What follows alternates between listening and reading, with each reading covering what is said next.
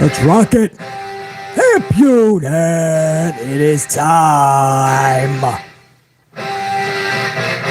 Oh, it is time. Oh, yeah. Yeah.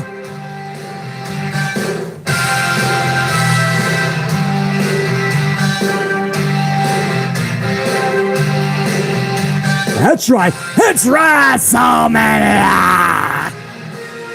What? Yeah. What? Yeah.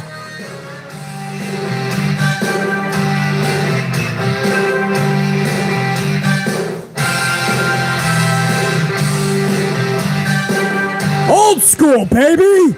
Old school.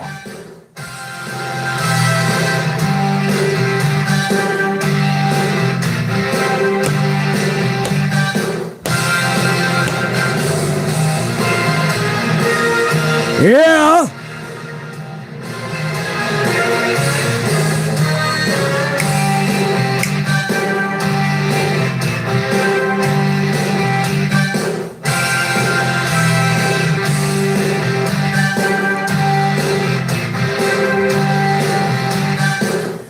Come on, yeah. This is how we kicked it off back in the day, baby. This was the song. Vince McMahon leading us in. Welcome to WrestleMania!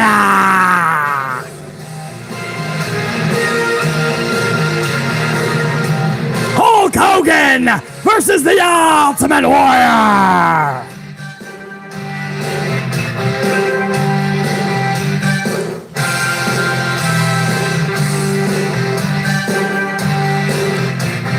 Come on! Goosebumps! Fuck yeah! Let's go! Alright, cut that. Let's see if I get playback on this, man. Cut that shit. Cut that. Let me get some playback. Salute to everybody. What's up, everybody? Salute. I gotta do a replug in on playback. Maybe I'm blowing out speakers already. Unit, can you hear me? Give me a thumbs up. Unit, give me a thumbs up. Appreciate it. Here we go. There you go. Appreciate that, Marie. Appreciate that. Want to make sure I'm not blowing things out yet. Check, BC. Amped Up Podcast, Friday, March 31st. Last day of March 2023. The last Amped Up Podcast before WrestleMania. Salute to everybody. What is up?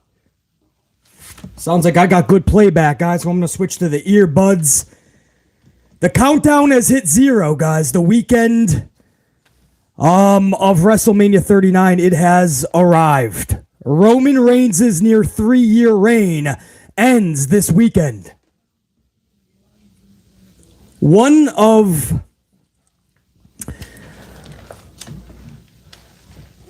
the creators of AEW, Cody Rhodes, man, walks out as champion after this weekend, dethroning a tribal legend, right? I mean, that happens this weekend.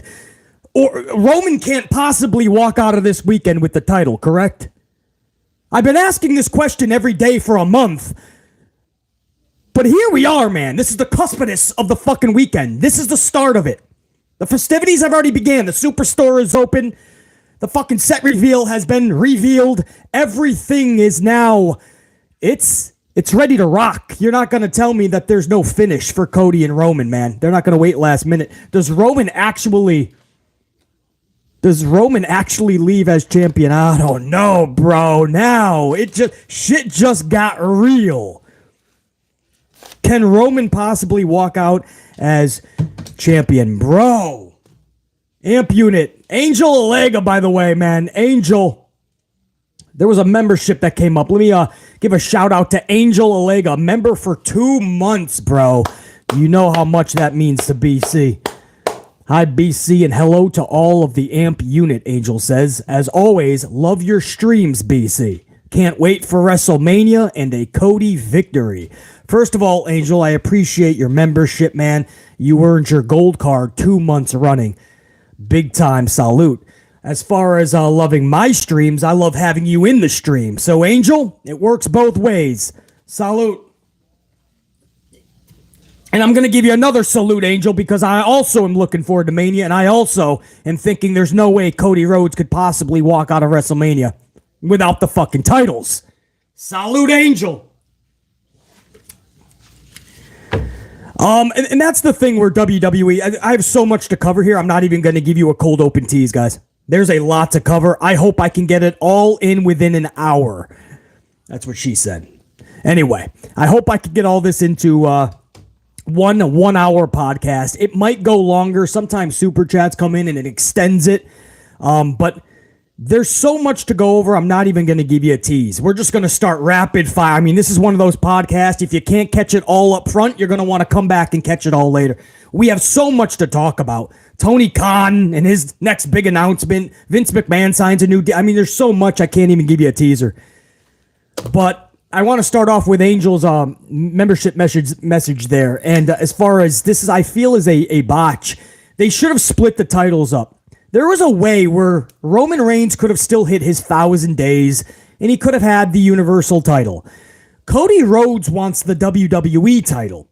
You split that son of a bitch up, you have one of them go to Cody, and you still have that title to be taken off Roman at a date to be determined, whether that's SummerSlam or he keeps it another fucking year. It's no harm, no foul, because the other title is now being defended, more so on a full-time basis. So what Roman does with the other title, that's like a cherry on top. They should have split those titles up. I see no reason why Roman would be going into 39 with both titles. Zero reason at all. But that's a botch. We'll talk about that probably for another day. To my unit that's going to catch this live, and to everybody that's going to catch this afterwards, much love and respect. Smash that up. You know the deal. I think today what we're going to do, what are we going to give the like button today, man? Do we give it a, I don't know, man. What move are we giving? What's the finisher we're giving the like button today, guys? What do we give the like button? You guys decide. And that's what you guys are going to smash that like button with. And I gave you guys about 17 minutes of notice in the middle of the afternoon. So I totally understand if you got to come in and out or catch this afterwards. But for the future crowd, this is the only thing we can do. Yeah, hey, in honor of Ash Steggles, in honor of The Undertaker, man, a legend in this business, it's WrestleMania weekend. Let's give that fucking like button a tombstone. Fuck yeah. I like it. Tombstone that son of a bitch. You guys see, the board is ready. The good, the bad, and the ugly. Tomorrow night, BC's going to be live with you for night one of WrestleMania. We're going to cover that event live. And we are going to see if that card tomorrow night, WrestleMania Night 1, we're going to see together if this was a good pay-per-view event or not, bro. But it is ready to rock. I'm ready to light that son of a bitch up. We're ready to let that thing bling tomorrow night. But for now, the lights go out. It is not time yet, but we are getting the set ready. We're going to be rocking tomorrow night. If you guys just like to hear the live call, you want to hear Michael Cole's voice for 4 fucking hours, I get it. You have other devices, put BC up on the phone, right? There's no reason BC shouldn't be on one of your devices the whole 4 hours, whatever it is. And if you see BC start to flip out, you might want to shut Cole up and go over to BC. After every match, you definitely want to check the channel, because after every match, we're putting the match into one of these categories, good, bad, or ugly. So there's no reason. You can still listen to Michael Cole the whole night. You have many devices. Make sure you got BC on tomorrow night, man. It's going to be huge. Jared9 Gaming up in the chat. Bro, about Stand and Deliver, I'm contemplating if I have time. I want to give you guys a SmackDown review and my thoughts on the Hall of Fame tonight. Tomorrow live at about 12:15 p.m. Eastern time. That will allow BC to cover the first match or two of Stand and Deliver live. I can't cover the whole card because it's too close to Mania and I got things to do as well tomorrow, other business endeavors. But if I can do the Raw or the SmackDown review, my thoughts on the Hall of Fame, and the first couple of matches of Stand and Deliver, that's something I would really like to do live tomorrow. So, JR9, I hope you can join me for that, man, because you're way more. Way more the top tier guy when it comes to NXT. I'm gonna have to be leaning on you heavy for the any questions that I have. So if I'm able to do that, I hope you can tune in. It'll only be for the first couple of matches. Don't worry, not the whole. Appreciate that, JR9. I can't, Ahmed, because that's really late, bro, and I got other business that I do. You know what I mean? I really do save a lot of business for late night, and then I go to the gym around midnight. So I really don't cut reviews. That's why it's amazing that you ever see these people that the shows end at 10, 11, 12 and they're doing fucking reviews. And I'm like, do you not have a fucking life? How the fuck are you just doing a 2-3 hour review into the morning hour? Like, what the fuck? Damn, that's way too insane, man. I never understood how people could do that after the shows at like midnight. They're reviewing wrestling. Fucking insane to me. But tomorrow night, man, we will be live. Hopefully we'll end that before midnight so you guys can do whatever you got to do and hit the bricks early for night 2 of WrestleMania. So that's the deal, guys. I have some before we get into some of the big topics, listen to this shit. This is WrestleMania. This is some statistics on this year's WrestleMania as far as what WWE is planning. Listen to this, man. Pyro for WrestleMania.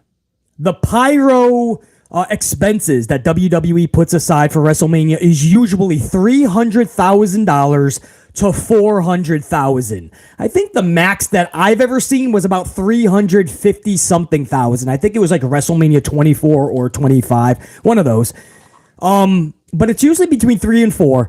This year's WrestleMania, the supposed budget is $500,000, $500,000 put aside to the WrestleMania pyro budget. $500,000 more than $150,000 more in pyro. Cody Rhodes, yeah, I just saw, who was that? JR9, I think. The Cody Rhodes said, what was it, JR9? Expect a record-setting amount of pyro, I think is what Cody said. And BC just found out it's $500,000. That is insane. I get goosebumps thinking about that. Guys, they did a set reveal. They literally just let go of at least $15,000 of pyro just on the set reveal. It's incredible, man. They're going big. The set looks beautiful, guys. More information for you. There's usually 75 what are called masterpiece set pieces. They're the masters. There's usually 75 major master set pieces. For WrestleMania, there's over 100 master set pieces. Over 100, like Matt. And if you see the set, you clearly see where those added ones are. To put that in perspective, guys, WWE usually has 16 trucks. WWE has 16 18-wheelers, big trucks. Up to 8 trucks can be utilized on any Raw or SmackDown. You can get up to 8 trucks. Sometimes it's 6. Sometimes they use the full 8. But they have 8 big 18-wheelers for Raws and SmackDowns. For WrestleMania this year, guys, they are utilizing all 16 trucks, and they have brought in 8 more. 8 more trucks are being brought in, being leased out from others and being utilized. So that makes 24 18-wheelers. This is going to be one of the biggest WrestleManias in terms of production value. 24 18-wheelers, guys. Unfucking real. This is mass. In the set, man, I got goosebumps. And by the way, Carmella has returned. I know she wasn't gone for that many weeks, but people do get concerned when somebody's in the middle of something. Carmella was in the middle of Asuka and Bianca's feud, and then all of a sudden she was just taken out. Doudrop replaces her. Then Sonya Deville replaces Doudrop, and there's no word on Carmella. We know that she just had some hard times with what she just went through with Cody and what they thought was going to be a nice family, and then that happens. She loses the kid, and you know, we kind of felt bad for Carmella, and we're like, oh shit, what happened to Carmella? She was with Corey Graves for the set reveal, guys. So Carmella is not just back; she's looking great, And BC got goosebumps on that set reveal. I'm like, this is guys, you know when you go to the movies, what do you call it? The big posters, right? You go to the movies and each movie has a poster and you look at it and you decide what movie you're going to go. Guys, the set it's fucking, each side has different massive movie posters, just like you saw with the marketing and promotional material. And every wrestler is like a different poster, and it fucking moves. It switches like some Harry Potter shit. You ever see the movies Harry Potter? I've only seen one of them, but I saw one where it was like the pictures like move. The pictures like, I think the guys actually talk in Harry Potter. But the point is, these fucking posters move. It's all LED types. It was fucking nuts. I'm old school. This type of technology fucking rattles the dome piece of BC amplified. Anyway, incredible what they have done with this year's WrestleMania, man. Yeah, Ash Steggles, it literally is like cinema, man. And JR9, I mean, it is Hollywood personified with the gold. I would be shocked if The Rock does not show up in LA him coming down with the whole gold set. This is him. Set up 40, bro. Set up 40, dog. There's no way The Rock should not show up, right? You think? Or do they just go off the air with Cody winning clean and that's it? What a set piece. But I wanted to give those statistics over to you guys as well. Now, we will go over. Do you want to stick with Let's stick with some WWE. Vince McMahon has signed a 2-year deal with WWE to remain chairman. I didn't even know that was a thing, to be honest. I didn't know you had to sign a deal to be the chairman, but I think it's because this is going to set the shareholders and anybody who's got any type of stock in this company, set their minds at ease. You know, it's a 2-year deal. But you know Vinnie Mac, he going to make it another 2, and then another 2. He'll be 116, and he'll fucking make sure that he's signing 2-year deals every 2 years. But it's his fucking company. It is what it is. As long as he's eventually going to hand over all of creative. The problem is with Vince, you never know. But he did sign a 2-year deal to remain the chairman of WWE, Vince McMahon. This was back in January. I think the deal was actually signed. We're just finding out about it. Take that information for what you will. As far as being shocked that Vince McMahon's going to be at WrestleMania, guys, it's his company. There's no investigation at all. That's over with. He's not just the owner. He's not just the largest shareholder. By leaps and bounds, there's nobody even close to him. Of course he's going to be backstage. He might even have a headset on because that's the way you can listen to everything going on. Is he going to have some say on what happens? Most likely. Let's just hope for the best WrestleMania possible. I still believe that H does have a lot of control now, man. But like I told you from day one, of course Vince isn't totally leaving, and I was right. It's not a pat on the back, but to be shocked that Vince is going to be at his company's biggest event when there's no reason that he wouldn't be at the event, that's weird to me. I don't know why people why people are so shocked about that. But then again, it's easy to just turn a blind eye to what is actually happening. And speaking of, may I flip over to the AEW side of things because we got to talk about their CEO or boss anyway. Tony Khan has announced, because the rating just collapsed this past week for Dynamite. They went from a 958, they fell all the way to 833,000 viewers. They lost over 120,000 viewers because fans were like, okay, Vikingo is one thing. At least he'll keep you entertained. We're like fucking human beings are like cats. And the wrestlers are like toys, and we're fucking following the wrestlers, bouncing around and doing flips and dives. But Vikingo is at least fun. But now, as much as we have respect for Jeff Cobb, now we're starting to downgrade. I mean, where do you go from a Vikingo, right? It's like what Vince said when he said, is the Attitude Era ever going to come back? And Vince goes, well, where do you go after a chainsaw? A guy running around with a chainsaw. Of course, he's talking about Terry Funk. Chainsaw Charlie was his name. And he would chase around wrestlers. Jesse James, Billy Gunn. And Vince was like, well, where do you go after you have a chainsaw? You know, there's not much more we could do. We got to go back to the beginning now. And it's one of those situations where do you go? After you see Vikingo, that's the masterclass of flips and dives. He's the leader of the gymnastics. Of course, it was fun. But now what are you doing? Now this guy, Jeff Cobb, which 75% of your audience is not going to know or not know enough about. Of course, there's going to be the 25 to 30 that are going to be on their high horse. Well, it's not our fault you don't know who he is. Google him, because this is going to be primetime entertainment fucking classic television. Well, we shouldn't have to go. I mean, we're just trying to watch the wrestlers that should be on the roster and the storylines. We're trying to get something exciting happening leading into Double or Nothing a little over a month. That's all we're trying to do, man. Every week we shouldn't have to fucking work so hard to find out who's on the TV, who's wrestling. It's amazing to me that every fucking week Tony Khan is announcing these supposed dream matches. So people are shocked that they pulled an 833,000 viewership. What are you shocked about? Your main event is Omega versus fucking Jeff Cobb. Nobody's going to sit around for 2 hours to watch Kenny Omega versus Corn on the Cob.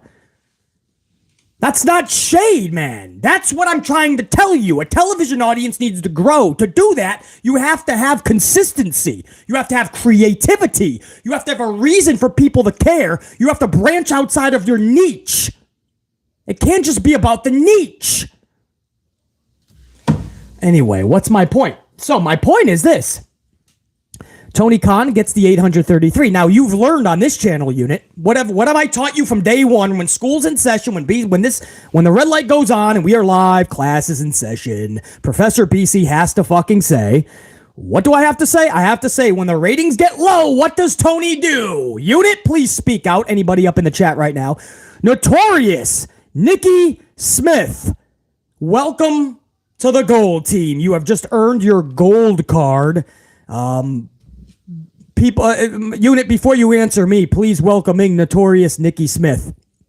We honor our gold card members to the top tier. So, welcome, Notorious Nikki Smith. That's always cool to see new channel members, man. We are the smartest channel you're gonna come across in this community. We're gonna piss you off at time from time. We might fucking have to critique your favorite pro wrestler a little harsher, but it's because we want the best out of everybody. So that's what we do in this unit. We piss people off. We're considered the asshole. But we want to see everyone succeed. Every show, we want to see WWE, AEW, TNA, Impact Wrestling. I want to see it succeed. Somebody's got to call everything down the middle, though. It seems to be just me. Welcome. Now, back to my question. What Tony Khan does when he reaches a low rating, when the rating collapses, what he does is he announces in advance a huge announcement to be announced on Dynamite. And that always pops a rating like clockwork. It has yet to fail him, guys. When fans get intrigued, because you have a lot of younger kids, you have some casuals that find out about it, and they're like, well, what's the big announcement? You know what I mean? And there's not much on TV. You weren't gonna tune into Dynamite, but you might as well. Let's see what it is. And guys, he can pop millions. He has gone from an 8 some odd to 1 million before. Just a month ago, he did a big announcement. And you know what it was? And a lot of people, and this is where even the niche audience said, all right, enough of these fucking bullshit announcements. You know what it was? It was about a reality show for AEW. Groundbreaking, he called it. It's just Total Bellas meets Roads to the Top meets Miz TV meets Total Divas. That's all it is. Half of it is totally scripted, and it stems from like the real life relationship of Adam Cole and Britt Baker, and you go behind the scenes of it. I mean, that was the big. That's called a press release. Why was that a big announcement? But Tony Khan was smart. It was the boy that cried wolf. It was absolutely low-hanging fruit for Tony Khan. It was honestly it's embarrassing that he has to tap into that, but it worked, and he pulled over 1 million. A week later, right back into the 9s, and eventually where we are now, the 8s. It doesn't stick, but it's enough to put the Band-Aid over the wound, right? And that's what he does with these announcements. Anyway, where am I going with this, right, guys? Well, it just hit 833 in the rating this week, Dynamite. So what did Tony do? He has officially announced a huge announcement for this Wednesday night, guys. A mega announcement that's going to change the game. It's going to be huge for the company, he says. this Wednesday night. This is so... How is it not pathetic at this point, man? Every fucking time there's a low rating, it's a huge announcement. Could you imagine if Vince McMahon had a huge announcement every fucking month? The Raw rating has been going down for 10 years. Could you imagine if every 2 weeks Vince McMahon's coming out with a big fucking announcement? Or 3H's has a big announcement. You know what they did with the Bianca Belair and Montez show? It's a reality show for USA Network, I think, or maybe it's E! Montez and Bianca are going to have one of these AEW type shows. You know what they did? They sent out a press release. They didn't get into the middle of the ring and fucking make this big shindig about it. Could you imagine if this was WWE? We would rip it apart. Tony Khan does it, blind eye. Nobody gives a shit. There's Tony with it. It's not a big deal, basically. That's not, I mean, he's just trying to get the rating. It's not a big deal. Could you imagine if Vince did this every month? You think we'd honestly go, oh, it's just Vince, man. He's trying to pull a rating, man. What's the big deal? What's the big deal about this? Why are we talking about this? I mean, the tribalism is absolutely pathetic. He did it again, and everyone's turning a blind eye. Nobody cares. It'll be interesting to see if he pops the million. If he pops the million, and we know why. There's no reason to tune into Dynamite. This week, there's no 8:33 this week. There's nothing huge that you would have to tune in that would bring 170,000 plus fans over to put that over a million. It would just be the announcement. Or has people finally had enough? Have fans said, dude, I'm done with that shit? I told you, even the top tier of the niche audience, which is 950,000, lately they've been saying, fuck you, I'm out. Out of the last 2 months, at least 5 or 6 weeks have been in the 800,000s. And several of them in the 830s, and one was even 824. So the niche audience is even saying, fuck that shit, dude. That's not good. But here we go. Another huge announcement. I don't even if you said you got Sasha Banks, Mercedes Moné, right, for Forbidden Door, because he's working close with Stardom, New Japan, all that.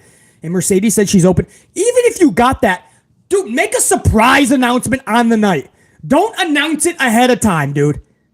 Because it literally has put you in the doghouse. Nobody believes you or takes you seriously now.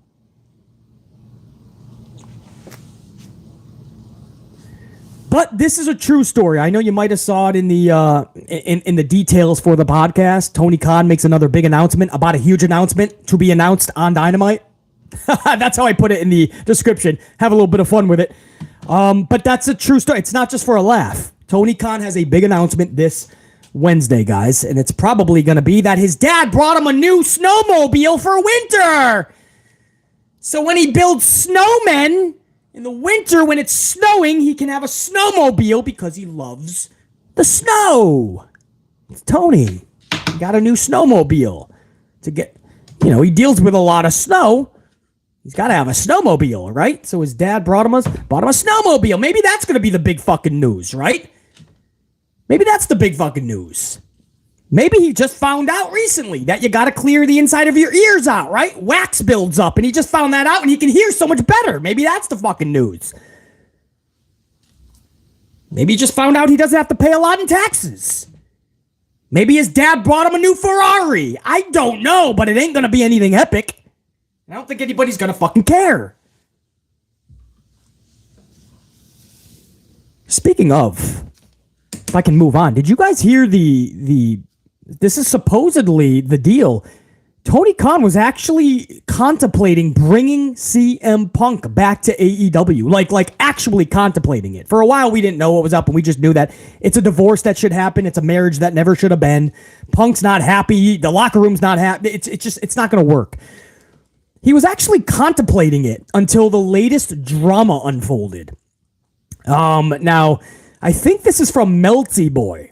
Now, a lot of people say, oh, he's the one causing the drama, this and that. But he must have heard from the Bucks or something that like, oh, shit, here we go. Tony's actually thinking about bringing them back. And then the drama happened. And Obviously, that's been derailed. There's no bringing him back now after that. I mean, he has totally fucking tarnished your company so badly. You can't even make this a work right now. I told you guys several times you can't make it a work. And I don't want to go another 20 minutes on this Punk drama, so I'm not going to. But because I've already spoken about this. But this is a bit of news that we needed to discuss. Tony Khan was contemplating bringing Punk back. I just don't know. Guys, there's the definition of insanity. And the definition of insanity is doing the same thing over and over again and expecting a different result. Now, at this point, if Punk was to come back again, I mean, it's insanity. You're just doing the same thing over and over, and you're honestly expecting this to do what? Punk's going to leave in 2-3 years happy? He's not going to break another bone? He's going to get younger. He's going to somehow catch the fountain of youth. He's going to find his smile. He's going to somehow get along with the whole locker room and we can all do business together. At what point in CM Punk's track record has he ever shown that he can do that? No. But that's another story, bro. But with the whole drama now, it's not going to happen anyway. And I guess it's a moot point. And Tony Khan would just look like a clown if he brought Punk back. My God, this guy says he wanted him to wrestle uncleared, not cleared to wrestle, injured, at the same time that he was at Mox drops the news that he was not under contract. So Tony Khan wanted his main event to be a guy who's not cleared versus a guy who's not under contract. What are we doing? What the fuck are we doing, huh? What are we doing, huh? If this would, could you imagine? Guys, I want my unit right now. Oh, over 100 on the ups. I appreciate that, guys. Thank you for everybody that's mad. What did we decide on? A tombstone to the like button in honor of The Undertaker. It's WrestleMania. Today's finisher is going to be the tombstone. Tombstone that like button. Could you imagine if Vince McMahon, guys, had a guy not cleared in his main event for the title versus a guy not under contract, and not just not under contract, but wrestling for other companies with your title not under contract. What? That's what happened in AEW.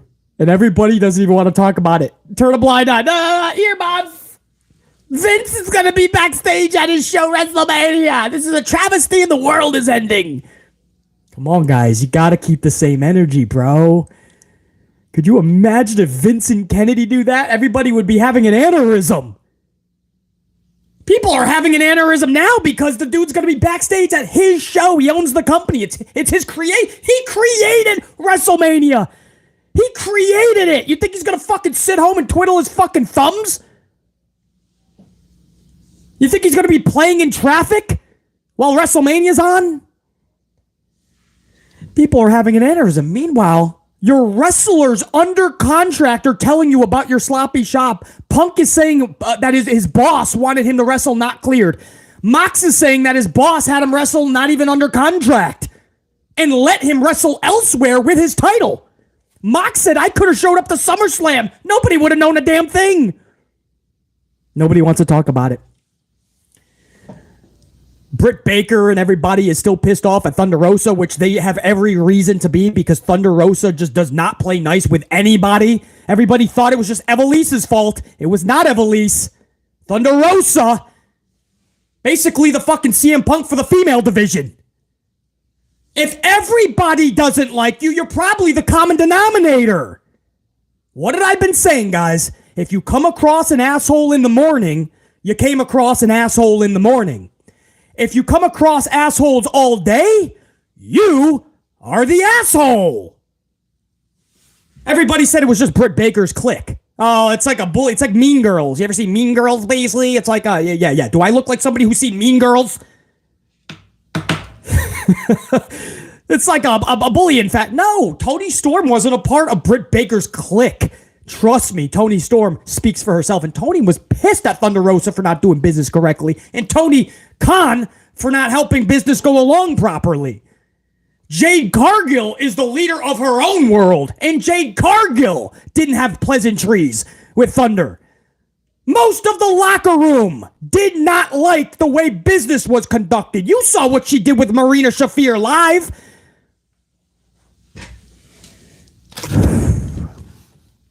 Mox, the guy who put AEW on his shoulders while Punk was dealing with broken bones and misery, Mox puts the company on his shoulders. Mox had to go on a podcast this week and say, I cannot tell. I've been everywhere. WWE, Indies. I have never seen a more bullshit, drama-filled place in my life than AEW. All of this shit is happening, and we want to talk about Vince McMahon being backstage at his creation. There's no reason why we wouldn't be. There's no law. There's no litigation. There's no investigation. It's all over. The guy is the owner of the company. He always was, even if there was investigation.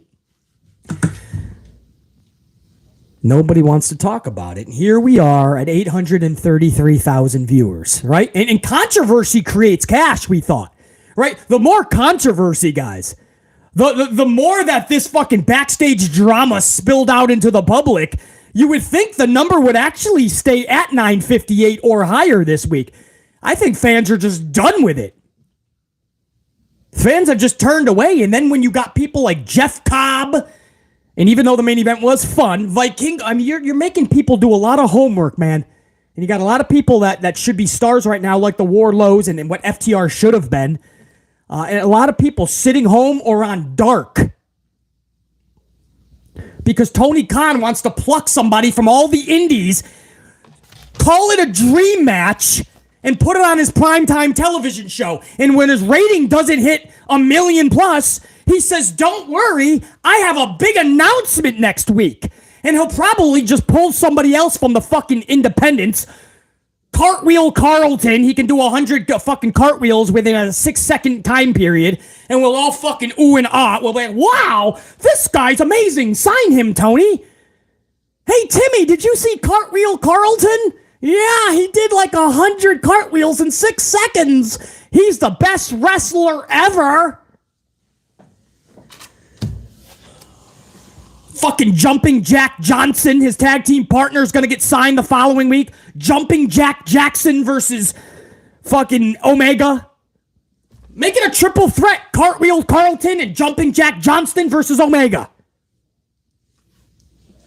Flips and dives, Donaldson is the referee. Gymnastics Gerald as a special guest timekeeper. Oh my God, it's Gymnastics Jerry! Because that's what we're going, right? That's the big announcement. We're going to pluck somebody else. We're going to call it a fucking special attraction dream match. And everybody's got to do their homework. There's many reasons why they pulled 833,000 viewers. Many. And if you've listened to this podcast, I never, ever lied to you. I told you the truth from day one. Probably one of the only successful podcasters anyway to tell you the fucking truth. And this week you saw it again, was right. While everybody else feeds you the bull. Another great Dynamite. Another flawless Dynamite. A near perfect Dynamite. Promoter of the year, promotion of the year, janitor of the year, catering of the year, everything at life of the year, president of the year, world leader of the year, Tony Khan and AEW. But they're going back and they're at 800,000 viewers now. Yeah, but who gives a fuck about metrics and numbers? It's the best. But you can't back it up that it's the best. It's the best because we said so. But you went back to 833,000 viewers. Fuck WWE! Nobody mentioned WWE. We're what the fuck? We're saying that you went, and with CM Punk, you were only at 850 to 950 as an average. Your peak at that point was your top tier niche of 925, 950, which is where you were last week, 958. So even with CM Punk, I mean, you couldn't even hit the million mark. Fuck WWE, I said! No, I understand. I heard that you said fuck WWE. I understand the hatred for WWE. I totally get it. Okay. But you guys are going backwards. Right? Developmental NXT just pulled 620. You're at almost 820. I mean, you're saying your competition to Raw and SmackDown, but maybe it's competition to NXT, a developmental brand. Maybe that's more like in your league. Fuck WWE! Did you not hear me? I said fuck WWE. When I say fuck WWE, I mean fuck WWE. Okay? Vince McMahon is the most evil person in the world, and we should just wreck him every minute of the day. Don't pay attention to AEW's downfalls. I'm gonna say this again, BC. Fuck WWE. Okay, this conversation is done. I there's nothing I can say. I hope you guys go up in the ratings, okay? I hope you do become a promotion of the year one year. And not just for your little Melter Boy fan site where the voting occurs. I hope it's an actual promotion of the year, and I hope one day you guys are competition.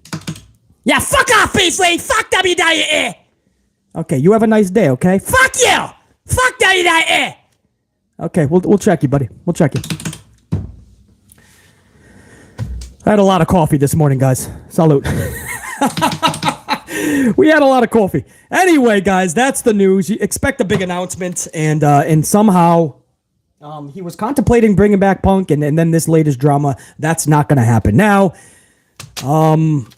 So we covered all of that. Matt Cardona, I mentioned Darker. You guys hear Matt Cardona? He used to be Zack Ryder. Zack Ryder is saying that not working for AEW was a blessing because he'd be on Dark right now. And he says, no offense to those guys, but I do not want to do that. Guys, who's on Dark? Does anybody know who's on Dark? What are you guys cracking up about? Oh, my little skit there. Yeah, I had a lot of coffee. I'm glad that was at least entertaining. I think I'm already on like my 5th or 6th coffee, guys. I don't even know. Phenom, I appreciate that too. I kind of went off the rails a little bit there, didn't I?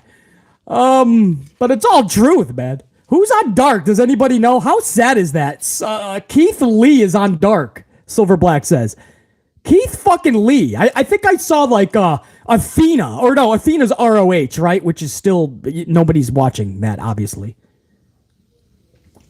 Athena. Who's on Dark, man? I don't even know. But anyway, Matt Cardona's like, if I was in AEW right now, they'd have me on Dark. No offense, by the way. He had to correct that. He's like, oops. But I don't want to do that shit. So it's sad that there's a Dark. And this leads to another, guys. There's so much. I mean, we got to talk about it. AEW is talking about a 4th show, a 3rd wrestling show, but a 4th show in total. Not including Dark or Elevation or anything like that, but Dynamite, Rampage, and what's the reality show called? AEW Drama-Rama? I don't even know what the AEW reality show is called, but I think we'll call it Drama-Rama. They have 3 shows. This is going to be the 4th fucking show. All access. Thank you, guys. I appreciate it. All access. If you don't mind, I'm going to call it Drama-Rama. And this is going to be the 4th main show. Do you guys realize that Rampage... Now, I understand they were in a late, even early morning for some viewers time slot because they got moved. But do you guys realize they averaged, like 378,000 viewers this week? Rampage. And when they're in their normal time slot, they're at about 450-ish. That's their top tier. So 378 off of their time slot, you can look at that as a little bit of a victory, which obviously is not that much of a victory. But 378,000 for Rampage. Do you guys know that AEW Drama-Rama All Access pulled 378 this week?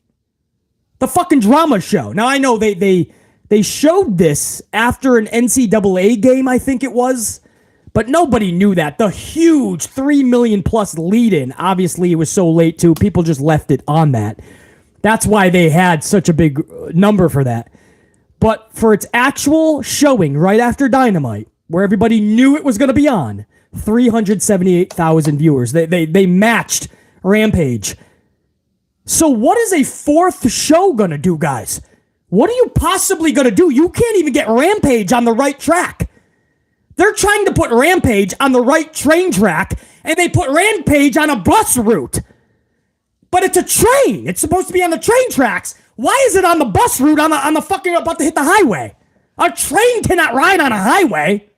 That's why Rampage never got off the ground. Rampage is sitting there in the 300 and 400 Ks. And you want a third show to do what? 250, 300,000 viewers? I don't understand how we're even talking about this. At this point, guys, and I mean this. At this point, you're putting up content just for the sake of putting out content. I really feel that that's what Tony Khan is doing. You look at how long NXT was rocking before they garnered any type of success, right? Under H's Black and Gold. Dusty Rhodes already had that rocking around Florida. They put it up on the network when H came over under Vince's guidance. I mean, that thing was rocking, and they did it correctly. Tony Khan started AEW, and honestly, he's acting like Vince McMahon from the jump. He's acting like he's been in business for 50 years, and he's acting like he's printing money when AEW is still not... It's funny, people try to like debate this. Tony, to this day, says this himself, that they are not bringing in revenue yet. They have yet to actually garner any revenue intake. They're just breaking even.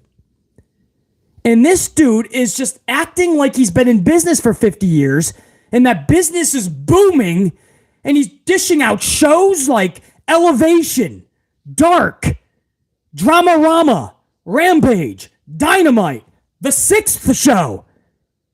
He's taking them on house shows. He's talking about a streaming service. Motherfucker, calm down. How about you build an audience first? Guys, you're going to get another show, it looks like. I mean, the network, if the network thinks that 300,000 is better than Law & Order's 200,000, and they feel like giving Tony Khan $25,000 to $50,000 for a production fee, because that's what you have to do every week, on top of the TV deal, you give the company, like in this case AEW, you give them tens of thousands of dollars as a production fee. Sometimes it's up to $100,000. That's what WWE gets up to. I think NXT gets between 30 and 40. And now, if they think that that's worth it, then you're going to get another show. You better hope you don't dip under 250, because then you seriously will get booted for a Law & Order rerun, guys. And that's why when people say ratings don't matter, fuck you, they don't. It's what the networks base their decisions off of. And if TNT or TBS thinks that even a 350,000 viewer show is better than 200 that Law & Order is going to give, and they work out the cost with their production fee weekly on top of the rights fee for the show, if they determine that this, even by a little bit, is going to give them more money, at least for 2 to 3 years what the contract is, then they're going to do it. Ratings are so important. Now, if you just don't like to talk about them because you just like to enjoy wrestling, basically, enjoy wrestling. Can you do that for me? Can you enjoy wrestling? Don't worry about the ratings. No, I can't. If you do me a favor, it would help us all, though, if you can, I don't know, shut the fuck up. Can you do it? Can you shut up? Shut up. Shut up. Because ratings matter. And there's going to be people in the community that are going to talk about it. Because, for instance, my audience is not going to be lost when a show gets canceled. My audience is going to know why AEW, that pulls in shitty numbers for the most part. That's not shade. They just pull in shitty numbers. Dynamite sometimes a little bit. Like this week was just horrible. 833 is no reason for that. 4 years into business. On your 5th year. But Rampage, so far, this new Dramarama show, and now you're adding another one.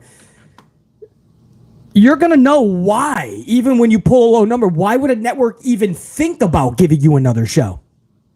Well, that's why. They look at their rerun list. They look at what the production fee is going to be on top of the contract that they have with you. And if they think, hey, man, I'm going to take the 58,000 extra viewers, and I'm going to take the fucking $10,000 in revenue we get every week when it's all said and done, that's 120 G's they make at the end of the year. $120,000 in revenue that Law & Order wouldn't have given them. That's how it works, guys. Ratings tell us that. Numbers, metrics.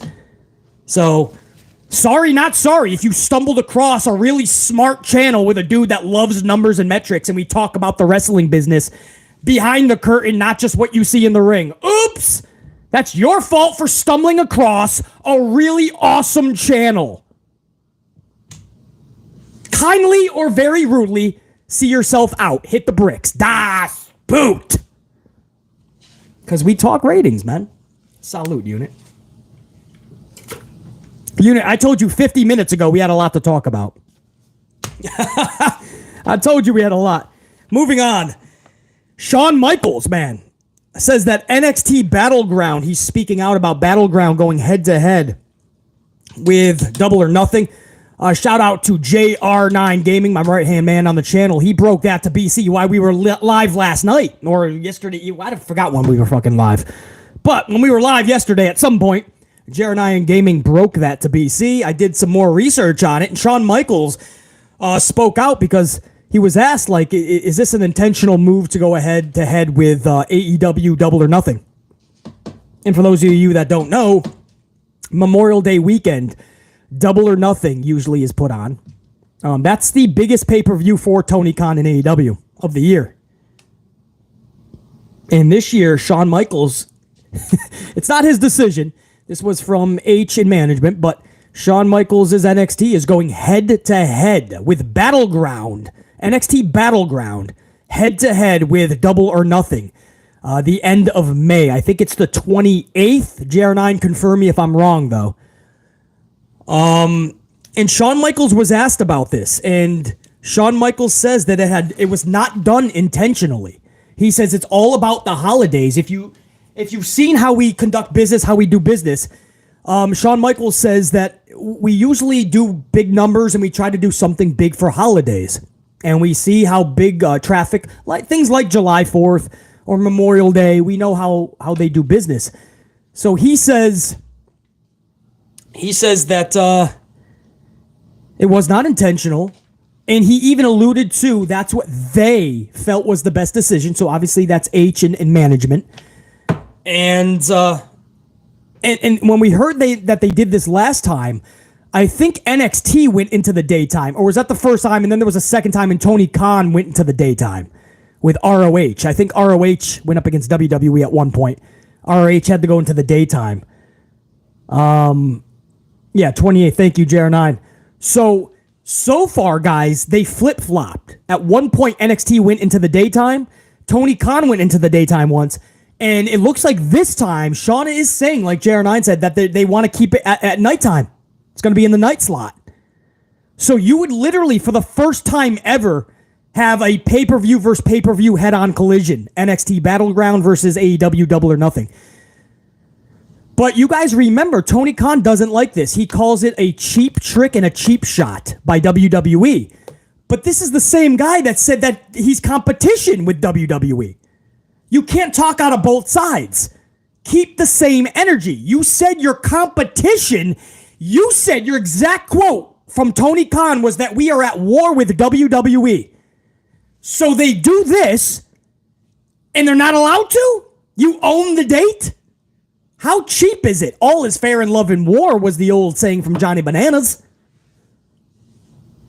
So which is it? Your competition at war with WWE, but then they do something like this and you cry about it? I don't see how that's... I mean, if you're going to claim you're at war and you're real competition, then you're going to hear about that and you're going to put your best foot forward. You're going to cut all the nonsense with your Dynamite falsity dream matches just because it's some dude on the fucking independents that's really an amazing wrestler. You're going to stop with your stupid announcements. You're going to stop with your weird-ass booking and actually book creatively and intriguingly. And you're going to build a card worth people's attention. That's what's going to happen. If you're at war and you're in your competition, then show everybody why you are the shit. Don't cry because they're actually bringing the competition to you. Fuck them up.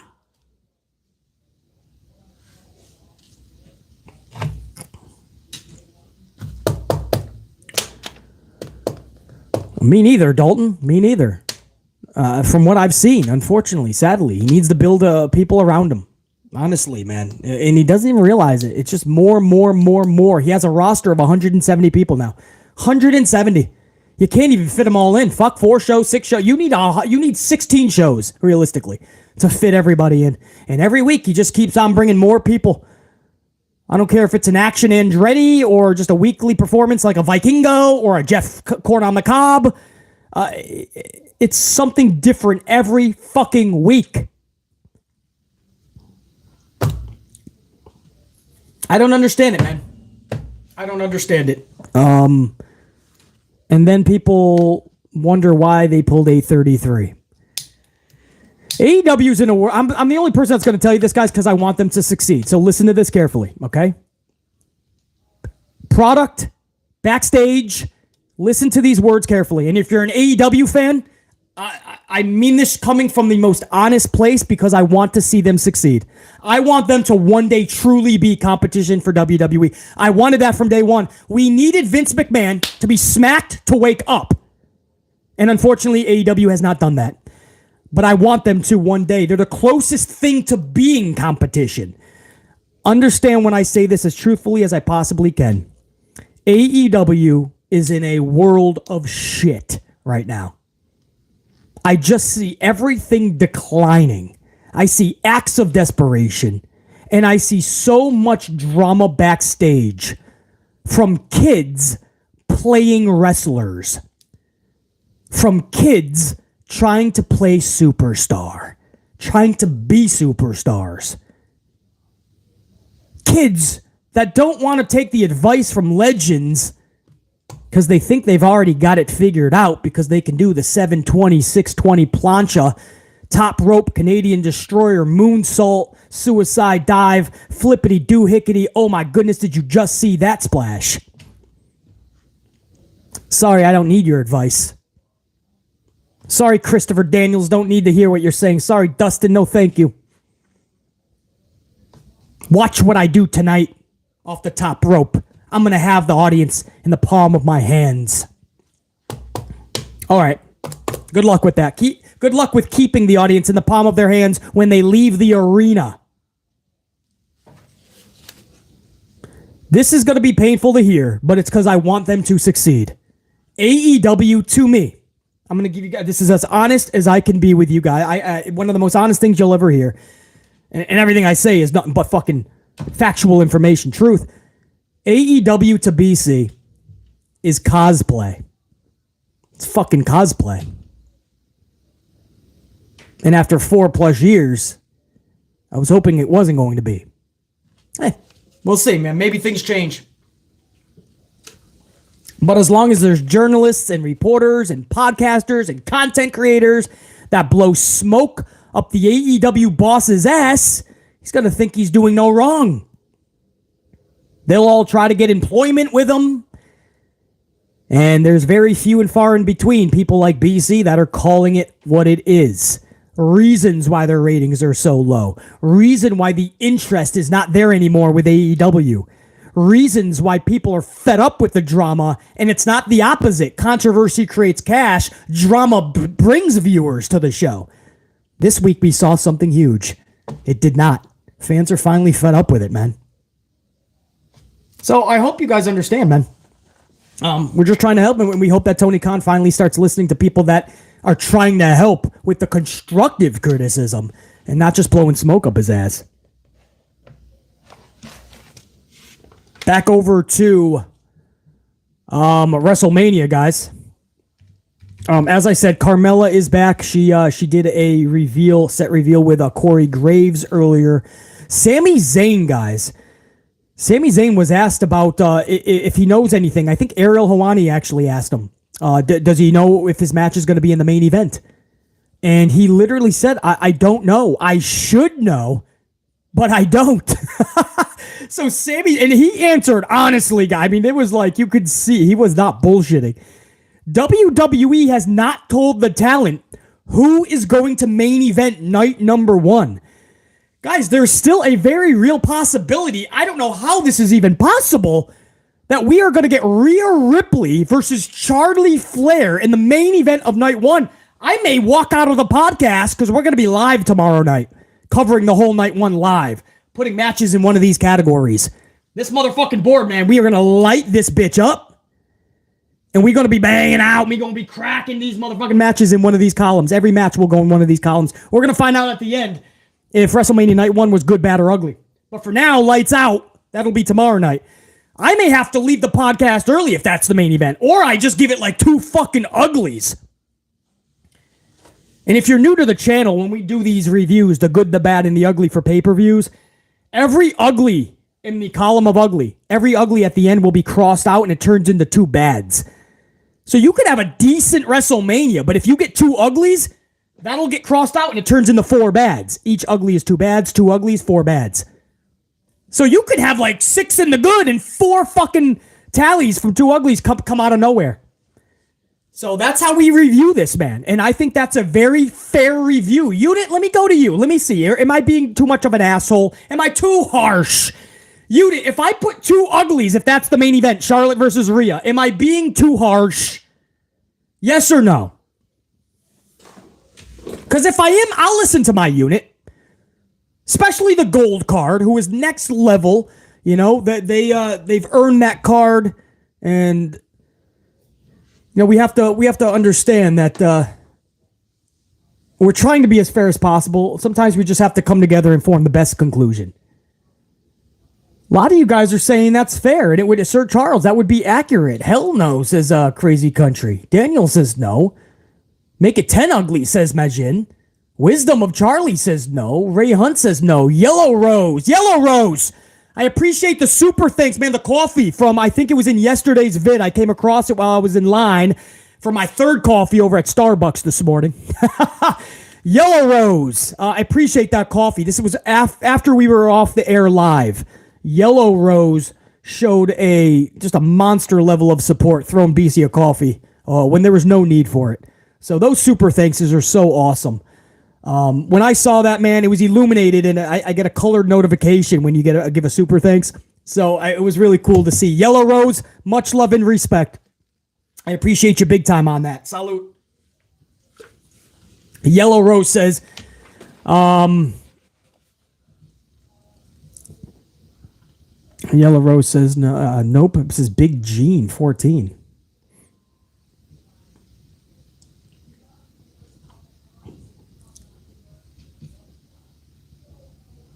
That would ruin the whole night unless Charlotte takes the L, says Dalton. Yeah. It deserves at least 10, says Brian. Not harsh, says John Beal. Janelle says 1 ugly BC. Yeah, I'm on the fence, Janelle. I'm on the fence. Listen, let's just hope that we don't have to do this, guys. Because my right-hand man on the channel, JR9 Gaming, is correct. It's tag titles or bust. It's not even a conversation, man. The way everybody's talking about it, the way Ariel's asking Sami Zayn, he's like, you guys have to be a main event, right? And Sami's like, I don't even know. I mean, we have lightning in a bottle right now, but we haven't been told we're the main event. Paul Heyman just did an interview. Paul Heyman is like, this is just absolute gold right now with what's happening with the Usos and Kevin and Sami. Guys, when's the last time? Because WWE has shit the bed with the tag division, right? WWE has shit the bed. There's basically a non-existent tag division. And you have tag teams that should be really good, like Street Profits. I like, and I hate just throwing people together usually, but Gable and Otis worked. Alpha Academy could have been something really special. Viking Raiders or War Machine, whatever you want to call them. They should have been so special. And you could go down the line. New Day has gotten stale, but that's another story. But they've shit the bed with it. Guys, you guys realize this is the first time in the longest time where we are not just excited for a tag team match, but it's probably going to be match of the night, if not weekend, with Logan Paul and Seth Rollins, I'm saying, guys. What do you guys think is going to rival the tag team match? Usos and Sami and Kevin is going to be one of the matches of the weekend. I say Paul Rollins will be the second. Who do you guys have as the second match of the weekend, you think? I'm interested to see what you guys say, man. It could be Bianca versus Asuka, possibly. Maybe it's going to be Roman Reigns and Cody Rhodes.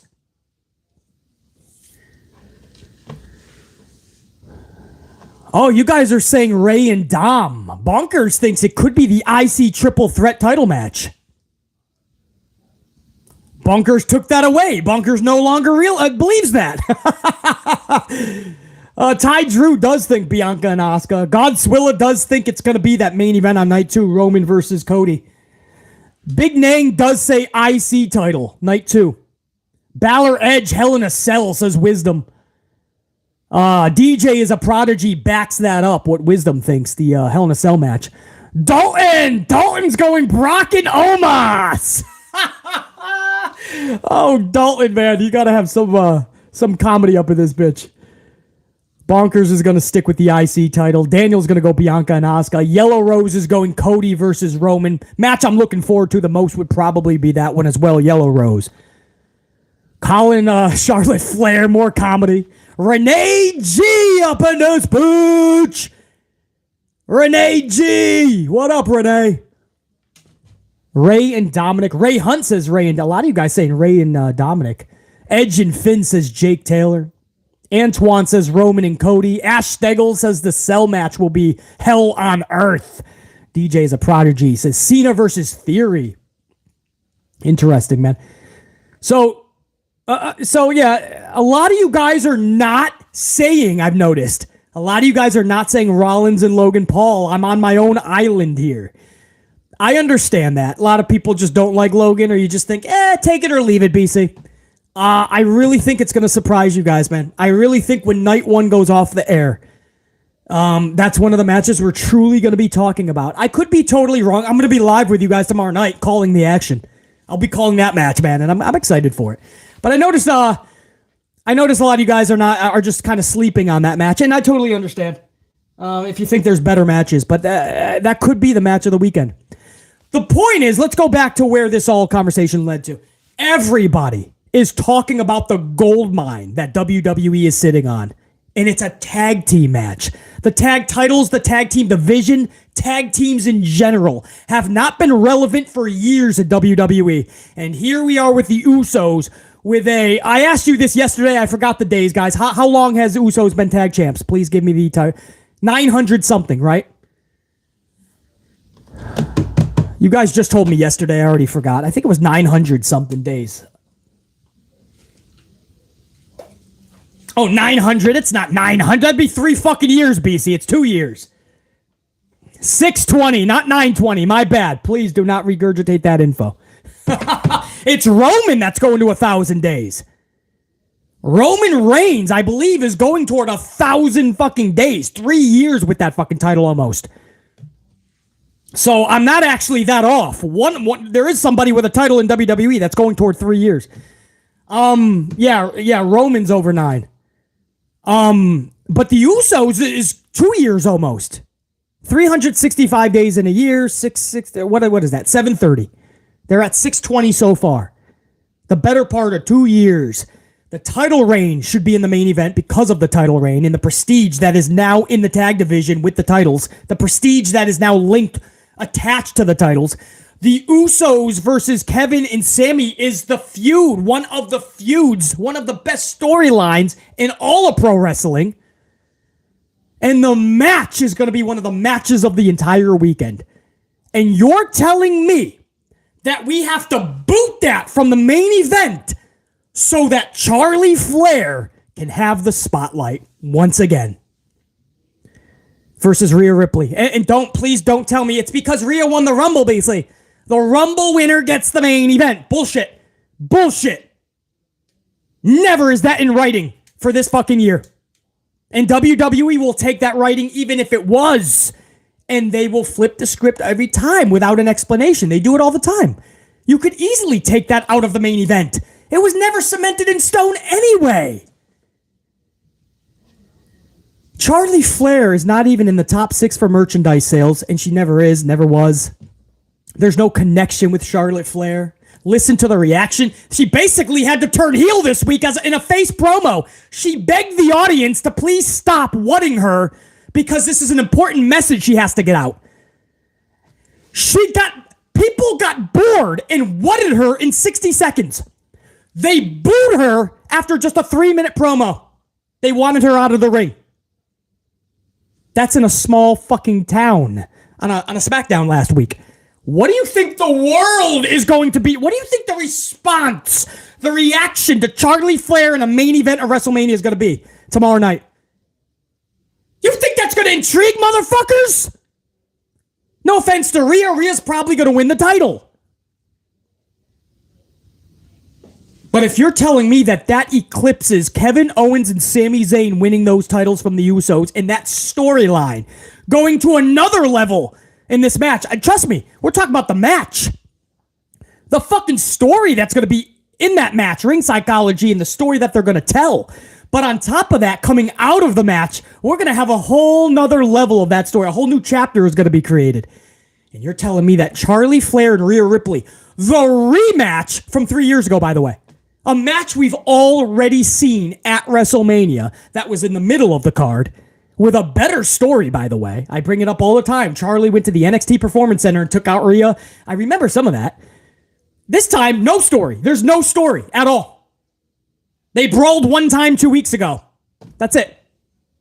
So you're telling me a rematch with zero story and nobody giving a fuck is going to eclipse that tag title match?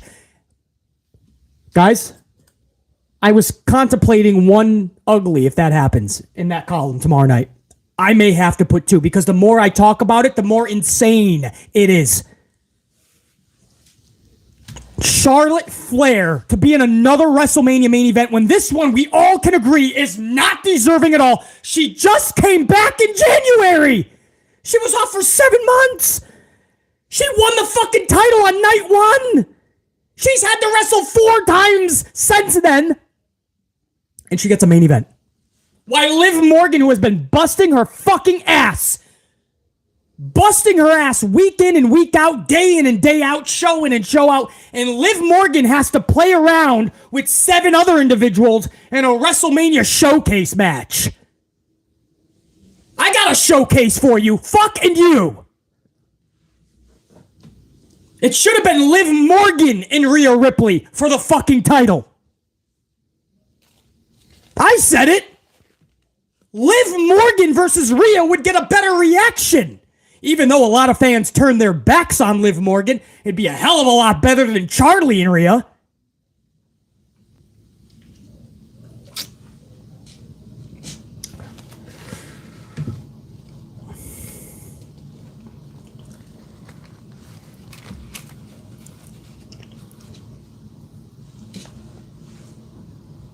Box office gold is the exact quote that Paul Heyman used, guys, for Sami Zayn and Kevin Owens versus the Usos. Paul Heyman knows that this is box office gold. And you're going to take box office gold. You're going to take that out of a main event to put in Charlie Flair. On what planet would that even be on the table? On what planet would you possibly even put that on the fucking table?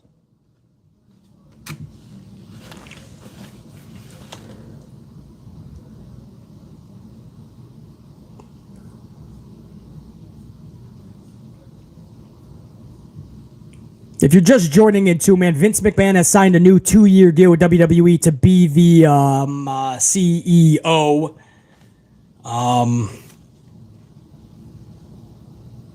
Yeah, Vince McMahon is on a 2-year deal as executive chairman anyway. Executive chairman. So Nick Khan is still going to be the fucking... Nick Khan is still shown as the guy. Man, I just hope they don't put that into the main event, man. It's box office gold. And again, if you guys are wondering how this became such a bigger thing again, it's because yesterday when WrestleMania's lineup was revealed on First Take with Stephen A. Smith and Nick Khan, on night 2, the names on the marquee, on the top of everybody was Roman Reigns and Cody Rhodes, the main event of night 2. Over on night 1, the highlighted names was John Cena and Austin Theory, but we knew that was kicking off the night. So why is that in the main event marquee? We ended up getting confirmation that is still going to be the first match of the weekend, guys. Cena and Theory. So then you look at the match right underneath it. It's not Sami and Kevin versus Usos, guys. It's Charlotte Flair and Rhea Ripley.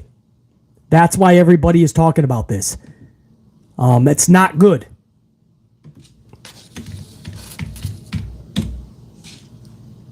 Wow. Whoa.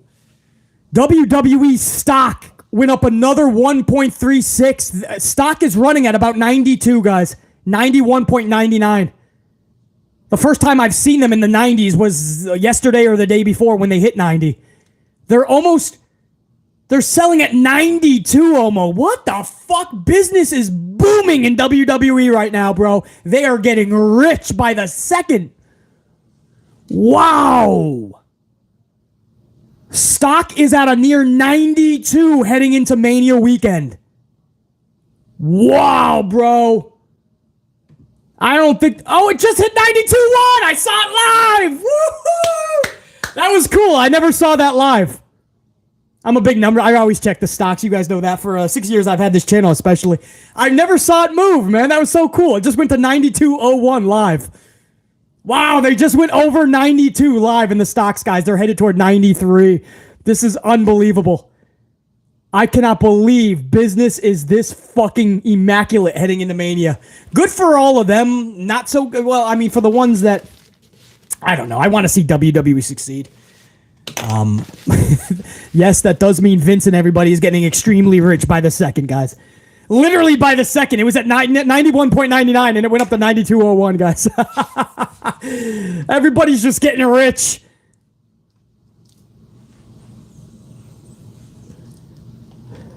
I know, Delato, I don't have any in WWE, I know. I probably should have listened to them, man. WWE was going downhill for a while, man. Ever since Vince McMahon came back, business has been booming, bro. 92.01, that happened live. Anyway, if there's anyone that follows stocks numbers, how good WWE, if you gave a fuck, WWE is doing their best business ever as of right now. I have never seen it at a 92. I don't believe we've ever seen it above a 91.40, right? Until today. Jeffrey, Jeffrey says, what's AEW stock? Thankfully, AEW is not public. That's why Tony Khan has a real shot at being real competition with Vince's WWE. Unfortunately, he's just shitting the bed and he's acting like an amateur. He's acting like it's just an independent company. He's not acting like a dude who has a primetime television show and that can really rock WWE right now. But that's why. I don't know if Vince is really going to sell, guys. I mean, business is so good right now. I don't know, bro. And Vince loves the power. I don't know, man. I just don't see it.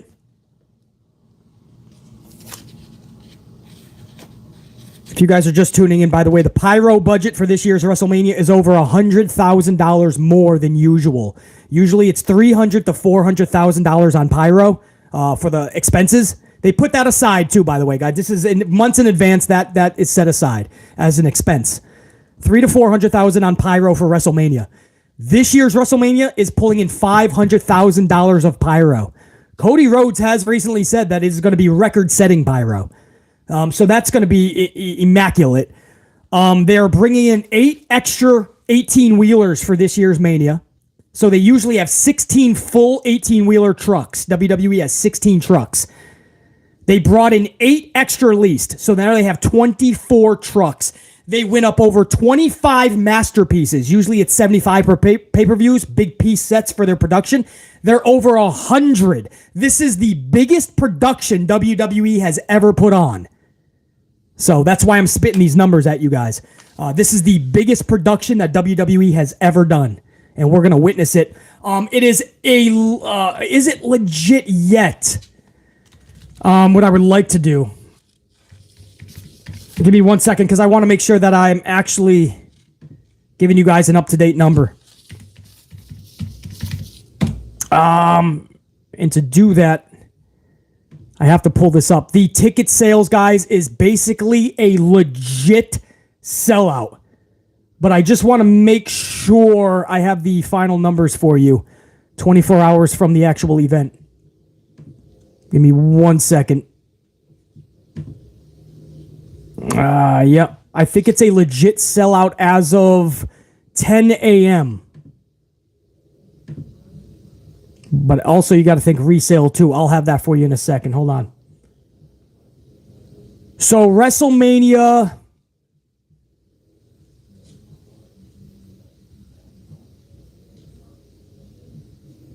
It's a legit sellout, man. It's a legit sellout. I think they have maybe 175 tickets left for night one. And then you have the resale, which is about 2,500.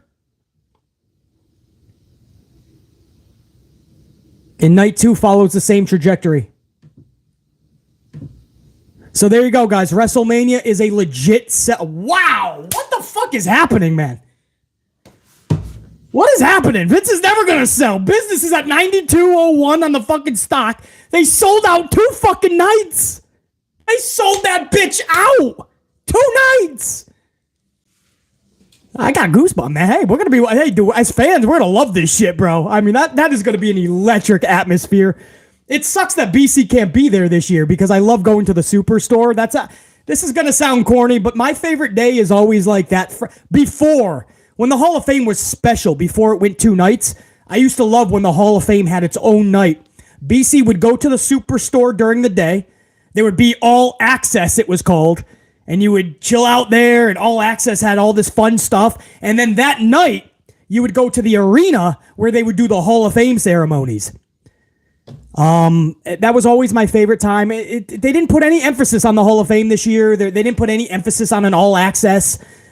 The Superstore wasn't, I mean, they didn't even talk about the Superstore, which was funny because Rhea Ripley and Dominic Mysterio trashed all of the merchandise of Rey and Charlotte at the Superstore during the grand opening. Woo. Yeah, DJ is a prodigy. That is true, man. When you put together a stacked card, you know, people are going to be more inclined to go to the event. And it's a stacked card. There's no way around it, guys. Cody and Roman is just, it's immaculate. Zayn and Owens versus Usos is immaculate. Bianca versus Kana? Fuck yes. This could be Kana's moment. Finally, Asuka. Finally, she's going to win a WrestleMania match. She's never done that in her career. She's been in a bunch and she always loses. This could be her moment. And Bianca will be fine, guys. I love Bianca. She'll be totally fine. She'll be immaculate. But this could be it. Seth Rollins versus Logan Paul could be the match of the weekend. What am I missing? Hell in a Cell. Edge versus Demon Balor. Am I missing anything? Fuck, Ray and Dominic. One of the best stories in wrestling we've seen in years. Ray and Dominic's grudge match. The IC title is going to be one of the most physical matches we've ever seen. Drew, Sheamus, Gunther. I don't even know. Maybe I'm missing fucking more. It's huge, man. And Nick Khan is saying, yeah, God Swiller, I got Finn and Balor in the Hell in a Cell. Demon Balor. Yeah, that's right. The women's tag, I don't like schmozzes usually, but I'm going to love seeing Trish Stratus and Lita competing at WrestleMania in 2023. That just warms my heart, man. That is so epic.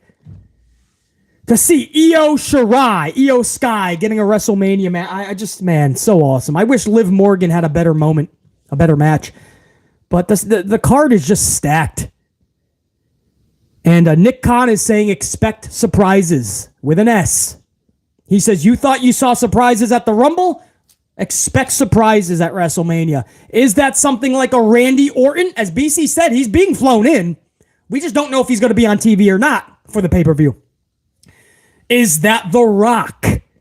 Could The Rock show up at WrestleMania 39? Is it Stone Cold Steve Austin? What are they going to do with LA Knight? Yeah. It can't just be Bobby Lashley comes out and beats up LA Knight. No, if LA Knight is going to get his ass whooped, or at least brawl, it's got to be somebody like a Stone Cold. What? Yeah. What? Yeah. Bray Wyatt and Alexa Bliss. We're hearing that Alexa is going to be at Mania. Or at least there. Bray Wyatt. What happens with Wyatt? Do they show up together? There's a lot of question marks, man. Yeah, Gangrel. We're hearing that Gangrel could show up with Edge. Some people are saying along with Christian because some deal was struck with AEW. I don't see how I don't know. I don't know if H would do that. It would be pretty cool if they could do that. I don't know. You guys honestly think Christian would show up? You guys think that H and Khan could sit down and make that happen? And what happens? What's in return? Does H have to mention AEW?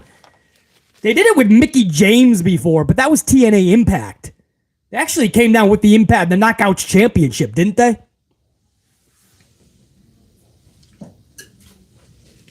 No doubt it would be epic.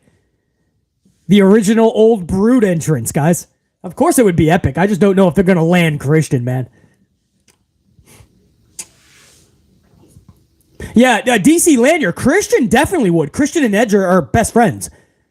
But in business, you can't just have an AEW guy show up. That's going to have to be between Paul Levesque and Tony Khan. The problem is they don't talk. So it would be from Paul Levesque. It would be his approval and request, if you will. But it would be like Bruce Pritchard or somebody else would have to do the reaching out. I don't think Tony would have a big problem with it. Tony would want something probably in return. Possible, man. I don't know. A lot of people are expecting Christian. I don't know. Don't get our hopes up too high, though. You know, I don't want people to be like let down. And poor Gangrel is like, what the fuck? You guys haven't seen me in 15, 20 years. Because Gangrel is one of the nicest dudes in the business. I love Gangrel, and I hope it's a good pop. I hope people are excited to see Gangrel. And I'm not too disappointed to see Christian. I'm not going to get my hopes up on Christian. He's AEW talent. If we see Christian, fuck yeah, bro. Let's rock.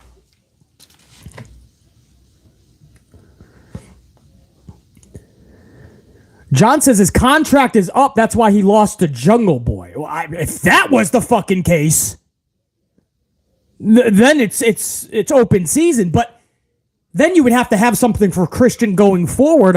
Christian hasn't made in AEW right now. He's got a good spot. He collects money. He doesn't have to wrestle that much. I mean, would he really do that just for a WrestleMania moment? Yeah, he's still, and that's another thing, John. He's actually still a part of AEW. I don't think his contract runs out before WrestleMania. Last I checked, the official contract for Christian runs through summer. I mean, I'll recheck that, but I don't think it's before WrestleMania.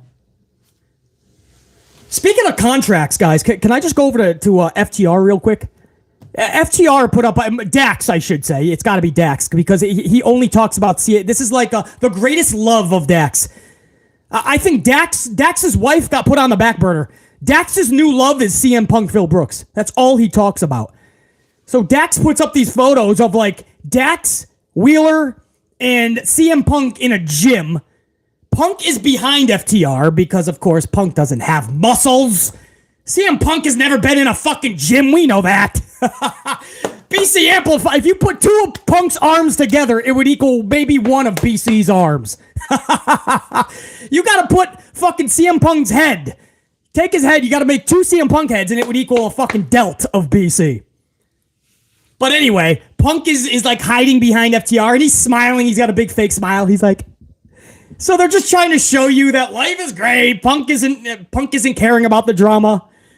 Punk's in a gym. You know, he's getting in shape for whatever comes. And I'm like, what is Dax doing, guys? Like, I have an honest question for my unit. What the fuck is Dax doing? Oh, I love it, JR9. That was great, bro. I'm so glad I caught that. JR9 Gaming says, Dax looks at Punk the same way Vince looks at Austin Theory. And listen, bro, much love and respect to Dax. But this dude, he lives now for just trying to make everybody like love CM Punk. He's like the filter of CM Punk. It's like what Meltzer is for the Young Bucks. Dax in his little podcast is for CM Punk. It's almost like Dax created the podcast so he can fill out the Phil Brooks narrative. I don't know what the fuck happened with Dax, but I honestly believe that he has sweet dreams about Phillip Brooks overnight. He wakes up, he looks at his wife and says, "Oh, Phillip." And his wife is like, "What the fuck?" I don't know what happened to Dax, but Dax is hanging on the ball sack of Phil Brooks, bro. And Phil Brooks, he knows it. This is not shade. This is not talking up my ass. Phil Brooks will use you in a second if he notices that. If Phil Brooks knows that you are straddling his how you doing, he is going to play that up. Phil Brooks knows what he can get away with, what he can't, when he's stretching the fucking stretching it, when he's crossing the line, when he's outside the box and outside the bounds. He knows that shit, man. He's playing Dax for a fiddle. I don't know what happened to Dax. And if you guys don't know what I'm talking about, every single time we see a headline with Dax, it is about Dax trying to show everybody how nice Phil Brooks is. How he sees a path for Brooks to come back to AEW. How most of the locker room might not like him, but there is some of us that do. In fact, we went out for ice cream one night. Phil Brooks bought us ice cream one night. That's literally what he said one time. He's like, Phil Brooks brought us out and he got us dinner and we had good conversation. What are you, on a fucking date? Did he take you for the fucking movies and put his arm around you? Did he tickle your fucking balls? What are you saying to us? He bought us ice cream and dinner. That's great. Did he make you a hot cup of cocoa and read a bedtime story? Did he fucking rub your head and put his hands through your fucking hair? Oh, well, it's Dax. Dax doesn't have hair. But did he fucking rub your head to put you to sleep? Did you guys spoon? Every single time this guy is talking about Phil Brooks. Dude, you have your own career. He's not gonna fuck you. He's not gonna. AJ Mendez, AJ Lee, Dax Harwood. I'm thinking his hardwood is gonna go to AJ Mendez. Come on, bro. What is Dax doing, guys? What is Dax doing? He's not Dax. He's not gonna give you his hardwood. Oh man. I can't, guys. I can't. And now Dax is putting out photos of them at the gym with Punk. What the fuck? What the fuck? What's next? You guys gonna start TikToking together? You gonna fucking rehearse for 4 hours on stupid fucking 7-second dance? Huh? Yeah, you gonna do the Macarena? Macarena. Fucking junior high shit. Oh, and by the way, and I mean this, guys. I do mean this. What are we at in this podcast? Hour and a half. Fuck, man. I'm having a good time, guys. I don't know how else to tell you. I'd like to let you off the hook, but I'm having a good time. I'm going to keep going a little bit. I got the super chats coming in a few minutes.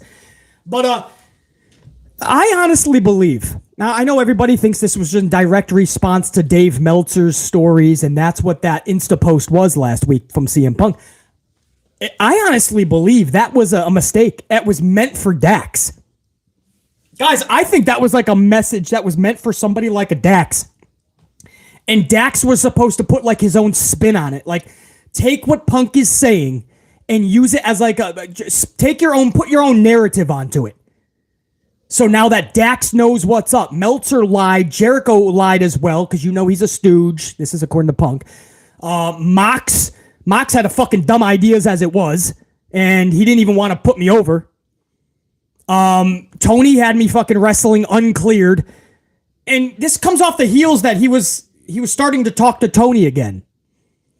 This looks like it was a mistake. Maybe this was supposed to go to Dax, and through Dax's podcast, that's the narrative that was supposed to be spewed to make Phil Brooks look good. Because, I mean, there was errors in the post. Punk doesn't usually do errors, man. He knows that the The punctuation police are going to be hot on his fucking ass if he misspells anything or leaves a bad punctuation. This looks like it was just spit out there. I don't know, man. But Dax, my boy Dax, relax, man. I got to give you some Aaron Rodgers. RELAX. Dax, relax. You got to get off the nuts of Phil Brooks, man. He ain't gonna fuck you. He ain't gonna do it, man. AJ Lee is beautiful. Have you ever seen AJ Mendez? Have you ever seen this girl? She is so beautiful. It ain't gonna work, dude. Look at your wife the way you look at Brooks, CM Punk. Love your wife wholeheartedly. We know you do. But, man, this Phil Brooks shit is getting weird, dude. It's getting weird. Getting a little awkward. Let's have an interview where you don't mention him. Awesome. Much love and respect, my amp unit. Thank you for an awesome show, man.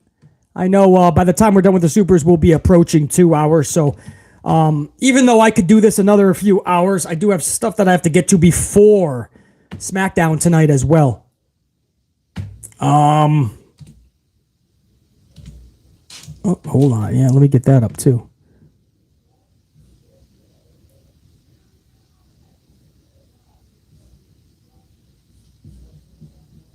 Yep, I'm going to save that. That's another story that's going to take me 20 minutes.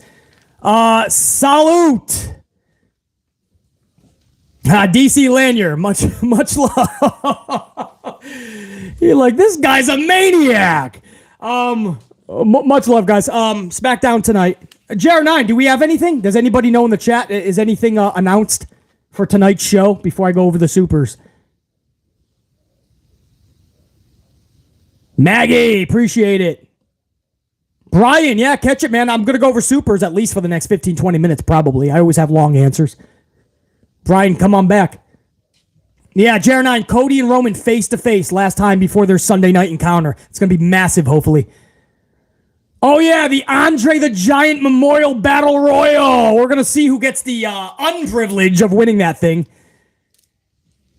and having the infamous title of Andre the Giant Memorial Battle Royal winner. I don't know if you want that fucking title. You got to do like what Gail Kim did at a Battle Royal years ago. Gail Kim eliminated herself because she knew it was bullshit. Much love to Andre, by the way, but that's turned into a joke. Oh, are we doing Drew and Sheamus versus Imperium? Well, it's at least going to be pretty physical. We had to know that. I would not have even had them in a match together, to be honest. Can they coexist? That's right. Johnny Thunder, can they coexist? Drew McIntyre and Sheamus. I'm going to give you a bro kick. I'll give you the Claymore. Not if I bro kick you. Not if I give you the Claymore. A bro kick. A Claymore. A bro kick. A Claymore. A Claymore party. I'll give you 1, 2, 6, 7, 10, 12. It'll be a party. A Claymore party. Told you I had a lot of coffee. Anyway, guys, salute to everybody that caught this live. To the thousands that are going to catch this post, I gave 17 minutes of notice, I think it was, in the middle of the afternoon before Friday Night SmackDown. So don't worry. I know most of you guys are going to miss it, but thank you for catching it post. My future Amp Unit subscribers, thank you for catching this afterwards. To my live unit, you guys rock. To my gold unit, man, my card members. To the new members that joined today, much appreciation. I got to give you an actual salute. Salute. By the way, to new Amp Unit Gold Card members, just so you know, it's a responsibility when you have a Gold Card. I thank you for showing a level of support to the channel, but you also now, there's responsibility. You're the top tier of the unit. You gotta act accordingly. There's no stupidity at all, ever. You always gotta use common sense and logic. You always gotta smash that up. You always gotta be repping and rocking, all right? So that gold card holds a lot of weight. So you'd be surprised. Sometimes you get a gold card member and they're like, oh my God, you're really harsh on some of the product. Yes, motherfucker. Welcome. You didn't know that? It's the most honest channel you're gonna find in this community. Salute, everybody. So long, man. Till next time, which will be tomorrow night. We will do the good, the bad, and the ugly. The review, man. So come back tomorrow night. It's going to be a massive WrestleMania Night 1. I'm going to stick around for a little bit. I'm going to go over some super chats. You guys are more than welcome to chill with BC, obviously. Salute, everybody. Appreciate it. Let me go back to, let me get on the bigger screen. I want to get my supers up. Where are we on this, man? Where are we on this? Who was the first super? Hold on. The first super was Jane Donnelly. Jane, 5 spot. What up, BC? Can't stick around. I'm at work, and it's crazy at the moment. I've dropped a like. A tombstone is what we're doing today, Jane Donnelly. Tombstone that like button. I tombstone the like. And here's a coffee on me. I'll catch the vid later. Jane, I hope you're crushing it at work. I appreciate you stopping by and showing the love and support to the channel. Thank you for tombstoning. I can speak. More coffee, BC. That like button. Jane Donnelly, salute. First one. Ash Steggles, you got beat on that one, Ash. Jane Donnelly took that one from you. Ash Steggles is right there showing that love with a 5 spot. Says, if you're ready for WrestleMania weekend, give me a hell yeah. And if you're not, then I've just got 2 words for ya. There you go. You guys said it in your dome pieces. BC didn't have to say the 2 words. Ash Steggles, allow me to say hell yeah. And James Shrimp Fajitas just gave you one as well. I saw that live in the chat. James Shrimp Fajitas. Johnny Thunder gave you one. JR9 actually gave you one. There you go. The unit just gave you a hell yeah too, man. It ain't just BC. Ash Steggles. I knew you would be right up there, man. One of the first ones to send some love over. Jeff DC Gamer also gave you. Renee G, Deontay Thomas, MD2O. You're getting a lot of hell yeahs now, bro. Ash, I don't know if you're still up in the chat, but we all ready for Mania, bro. We've been ready. It's a stacked card. Let's rock. Ash Steggles. Allison Tuckwab with a coffee over to BC. No words needed, just showing the love and respect. 4 spot. Allison Tuckwab, much love and respect right back to you. I appreciate you big time. Love seeing you up in here. The Phenom with an 11 spot. Couple of Starbuckses. The Phenom says, yo, what do you think of Roman retaining? I feel it would be incredible to have a 1,000-day title reign in this era. I wish I could be in these lives more, but I'm always at work. Phenom, I totally hear you, bro. Do that shit up. Crush it. This will always be up later for you to come back and check it all out, man. I'll always have this up later for everybody because I know I only give 17 minutes of notice. I do a lot of my business later in the evening through the morning hours. So sometimes it's easier for me to find a couple hours during the day. And I never know in advance how much time I have. That's why you guys only get about 20 minutes of notice. So, Phenom, I wish you were up in here live more, but this is the only way BC can do these lives a lot of the time. As far as what I think of Roman with a 1,000-day title and how you believe that that's something special in this era, I totally agree with you. I love long title reigns. I've loved Roman's. I don't like the fact that he has 2 titles and he doesn't work Mondays. And he barely works the Fridays. That's what I don't like. What I would have done... let me make sure I got the name correct again. The Phenom. I would have split up the belts before Mania. Cody is going to win the WWE title. Roman keeps the Universal, which I believe, and I can be corrected in the chat. Correct me if I'm wrong. I believe the 1,000-day title reign is the Universal title. So I would split them up. Cody wants the Winged Eagle back anyway. Cody wants the WWE World title. So he gets that at Mania. And Roman gets to keep his Universal, collect the 1,000 days, no harm, no foul, everybody wins. So, and I think I am being corrected in the chat as well as being correct. I am correct on that, right? The WWE title is not the 1,000-day reign. So that's how I feel on it, Phenom. I agree with you. I wish they split this up ahead of time. Colin, 199, and a 199, 219, a couple of coffees. Colin says, BC, got the coffee? I got the Monster Raiders. Go! Colin, is that a red team? Go! And Colin also says Tony needs to step down. All of this is his fault. Yeah, Colin, I don't know about step down, but he's got to just... He is running a sloppy shop. We said WWE was doing that for a long time. And now that AEW is doing it, nobody wants to talk about it. Well, BC is going to. Colin, respect, man. Ash Steggles with another 199 says, from WrestleVotes, VKM is home all weekend. That would be... No. Ash Steggles, they report the obvious. So they're going to, at some point tonight, tweet out to the world or put out there this big news story that Vince is backstage at Mania. Confirmed. Bozos. Brianna, 5-spot. I'm listening to you in one ear and trying to assist a customer on the phone. I had to put myself on mute so I wouldn't laugh in her ear. Salute, BC. I love it. I love when you guys tell me you're listening at work.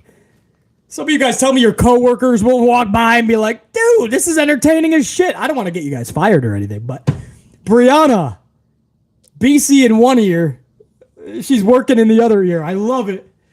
Brianna, you bring up a good point. A lot of people don't know. You're like, oh, BC, you're going to be live for tomorrow night, WrestleMania Night 1, covering the action live the whole night. You know, oh man, but I kind of also want to hear the live feed, Michael Cole and whoever. You could do what Brianna's doing. One ear, man. Or just have BC on the phone. If you see me start to flip out, you might want to mute Michael Cole and go over to BC. Maybe you just want to listen to BC for the night. I'm way more entertaining anyway. You definitely want to keep coming back after every match to the channel, because we're going to put, after every single match tomorrow night, we're going to put every match into one of these columns. So, Brianna, you reminded me to remind my audience that. Brianna, much love and respect. I love hearing that. Where do we go here? I got Legend of Fold 101 with a 5-spot coffee. Legend of Fold says, I'm ready for tonight, BC. Hope you're cooking. Aha. Sami Owens versus Usos needs to be main event, full stop. Well, I'll be cooking tomorrow night. I think that's what you mean, Legend, unless you're in a time difference. But tomorrow night is WrestleMania Night 1 for BC anyway. And that's when we're going to be cooking. That review show, Good, the Bad, and the Ugly. So absolutely, I will be fucking cooking up a buffet tomorrow. I assure you of that. As far as your take on Sami and Owens versus the Usos needing to be the main event tomorrow night, I totally agree. I'm going to use the word need. Need. You need water to survive. You need to fix your car so it doesn't drive off a cliff. You need to have that as the main event and not Charlie and Rhea. I won't hesitate to put two in the fucking ugly if I have to.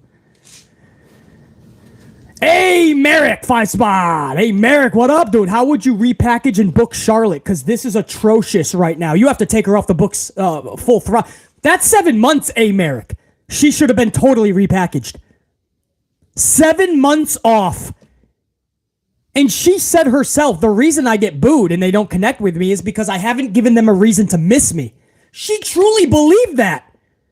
And then she fucking comes back as the same Charlotte. Her music is a little different. At the beginning, we hear, bow down to the queen. And it's the same Charlotte. And here we are less than 3 months later, and she's being booed out of the building. She's going into Mania, basically a heel. I told you that was going to happen because they didn't do anything different with Charlotte. So it was that 7 months, Merrick, that should have happened. As far as how you do it, I don't even know how she can be salvaged. It's been 8 fucking years. I don't even know how she can be salvaged. I have to put honest thought of that. It would take 7 full months to repackage her. Hey, Merrick, I got to get back to you. We'll do a separate segment of a video on that. I really will. I will absolutely help WWE out with this shit. Give me a little bit. Let me come up with a concrete plan, and I will help. Now, if WWE wants to listen, awesome. If not, then keep doing business their way, and that's going to be your result. Business is booming, and Charlotte's not a part of it. Charlotte is not one of your highest merchandise sellers, not even top 5, not top 6. Bayley and Bianca Belair are above her. Alexa Bliss hasn't even been used in 3 months. She's above her.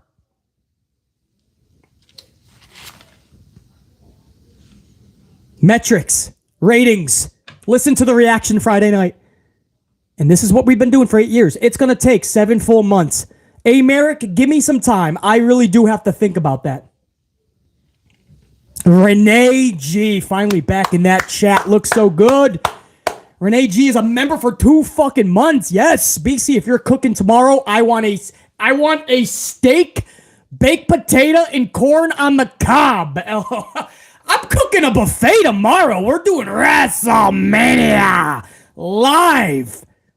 BC's going to be live for Mania Night 1. We're cooking a buffet, Renee. You're going to get the best steak with the finest wine, aged to perfection, baked potato, personified.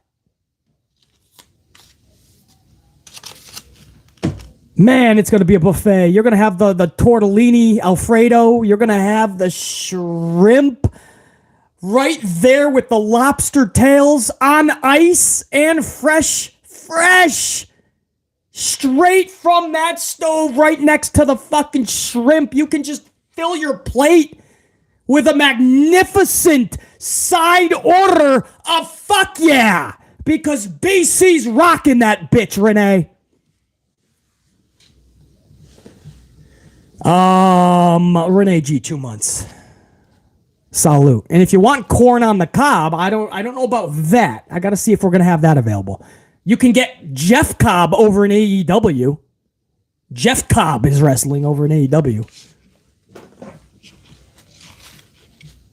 Sir Charles, shout out to that grass-fed beef. So, hey, Merrick, I got to get back to you, man. That's a boatload of a problem. The Charlotte Flair problem is huge in WWE. Jimmy Fingers is in this bitch. Jimmy Fingers 19. Jimmy Fingers 19. What's up, bro? 1019. Been watching wrestling since 1979. And I'm trying to think of the most important tag title matches. This might be the most hyped one that I can... since Rocky Johnson and Tony Atlas beating Alpha and Sika. Yeah, tag title matches. Yeah. I mean, I have to agree with you. There was never really great importance. I always loved the characters in the matches, right? But that was way more than any storyline or the match itself. Like, for instance, I love, like, Money Incorporated taking on the Legion of Doom Road Warriors. You know? I like the Rockers versus the Fabulous Rougeau Brothers. The Hart Foundation versus Demolition. You know, you're right, though. As far as something with storyline attached to it and being hyped to this level, Jimmy Fingers 19, this is probably the biggest. I completely agree with you. Jimmy Fingers 19 with a 519 says, what I'm saying is this. Usos versus Sami and KO is the main event level, period. Like Omega and corn on the cob. Yeah. Jimmy Fingers 19, I'm going to say what I've said 100 times. That is the main event, period. There's no ifs, ands, or buts, bro. The wrestling community did not wait an entire night of WrestleMania to watch Charlotte Flair and Rhea Ripley in the main event. It's just not a main event. I don't know any other way to say it. I understand Rhea won the Rumble. I don't know what to tell anybody. It's not a fucking main event.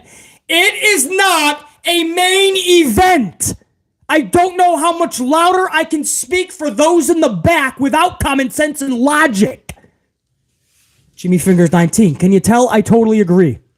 Jamal Straken, 499. Jamal, good to see you up in here, man. Much love and respect. Really excited for Mania, but with 2 nights, why not cancel the Money in the Bank pay-per-view and bring it back to Mania rather than senseless fatal 40-way matches, tag matches? Jamal, I agree with you, and this is not going to be a popular opinion because Money in the Bank pay-per-view is fun. When we're going toward a Money in the Bank pay-per-view, BC likes it. There is intrigue. There's so much you can do with it. You got the women that is spotlighted with the men. I totally get why it's a pay-per-view on its own. It's not like Hell in a Cell or any of those gimmicks or TLC, where it's like, come on, bro. A TLC match should be special, not a pay-per-view. Hell in a Cell should be special, not a pay-per-view. with Money in the Bank, you could easily make that a pay-per-view. So I understand. But I'm like you, Jamal. I loved when that was part of WrestleMania. It brought such a special aspect to WrestleMania. So I'm on the fence. I totally would be okay if they ever put it on WrestleMania. I know that would make a lot of fans cry because they like it as a standalone pay-per-view. But I would not. I would totally be okay with it, Jamal. I totally agree with you. Before I get over to the next super chat, I want to give a massive shout out to Dave Mealy, 3-month membership. Love seeing that. 3 months of a member. Chef BC cooking up all the dummies from WrestleVotes. All of this buffet talk is making me hungry, LOL. I hear Charlotte's giving out some pie. Tony Storm got one to her face. She's going to be the preliminary before BC starts cooking. Charlie will start cooking first, Dave. Dave, love seeing it, man. Love seeing that 3-month membership. Good to have you up in here, one of my tried and trues. That was round 1 on the supers, guys. I'm going to start round 2 right now.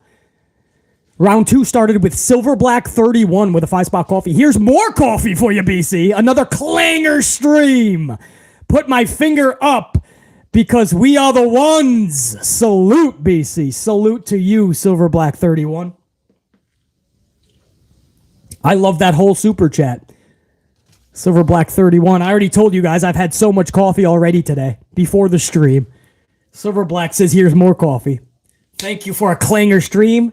And I already put my finger in the air because we, the unit, are the ones. The rest of the community, they're the far distant twos.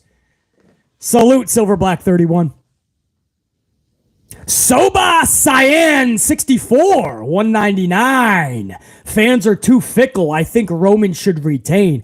Totally agree with you with the fickleness. It sucks what happened to Liv Morgan. They turned their backs on her immediately. And as far as Roman retaining, it could happen. So Sober Cyan 64, you could get that wish. Roman could walk out with that title. I can't imagine it. It could happen. Big Nang 2-spot PC. Have you heard about Alexa Bliss and her crazy fans? She always has crazy fans. Alexa's a wild character. No, I haven't, Big Nang. I don't get into that type of stuff, dude. We'll save that for AEW Drama-Rama, the new show. Big Nang, much love and respect. Muhammad Isa 550 BC. Did you see the WrestleMania stage reveal? It looks great. They put $15,000 pyro in that, bro. There was $15,000. $15,000, Muhammad. Put into that reveal for the stage for WrestleMania, guys. Massive. And the stage is it's the biggest production WWE has ever done. I don't know if you guys saw that. Yeah. Did you guys see the stage or not? Guys, we're not talking about Alexa Bliss and a fan here, guys. Come on. We don't cover that shit. Come on. You guys see the new set yet or what?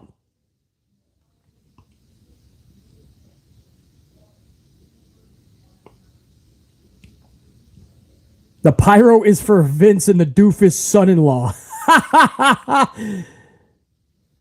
James Fajita. It's the biggest it's beautiful, man. The posters actually move and shit. Well, if you haven't, check it out. It's a beautiful fucking set, man. You guys are going to get goosebumps on it, man. It was so nice. Muhammad, it's beautiful, man. Biggest production ever. J199 Roman is going to bless us his present tonight. I know. He's going to grace us with an appearance on Friday night. Who would have thought, bro? Jay, appreciate.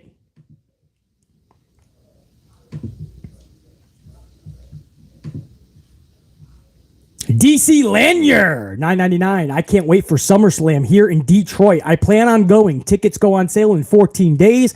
I'll get as much scoop for the unit as I can. Red and gold team, go! Hopefully I get some autographs.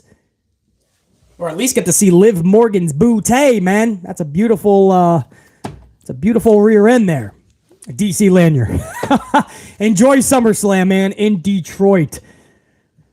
And definitely, yeah, if you hear anything, man, if you get a good scoop, pass it along to the unit. Silver Black 31, 5 spot. Shout out to JR9 Gaming, the wise man of the amp unit. Also, Charlotte eats corn the long way. You gotta ask Andrade about that type of shit. But Silver Black, yes, JR9, the wise man of the community, man. Always there when PC has a question to be answered. JR9, man. Big shout out. I second that, Silver Black 31. So Silver Black 31 started off the second round of Super Chats. Silver Black 31 ends the second round of Super Chats. I think I got everybody then, correct? Let me make sure. No, hold on. Janelle Layton is going to end the live stream.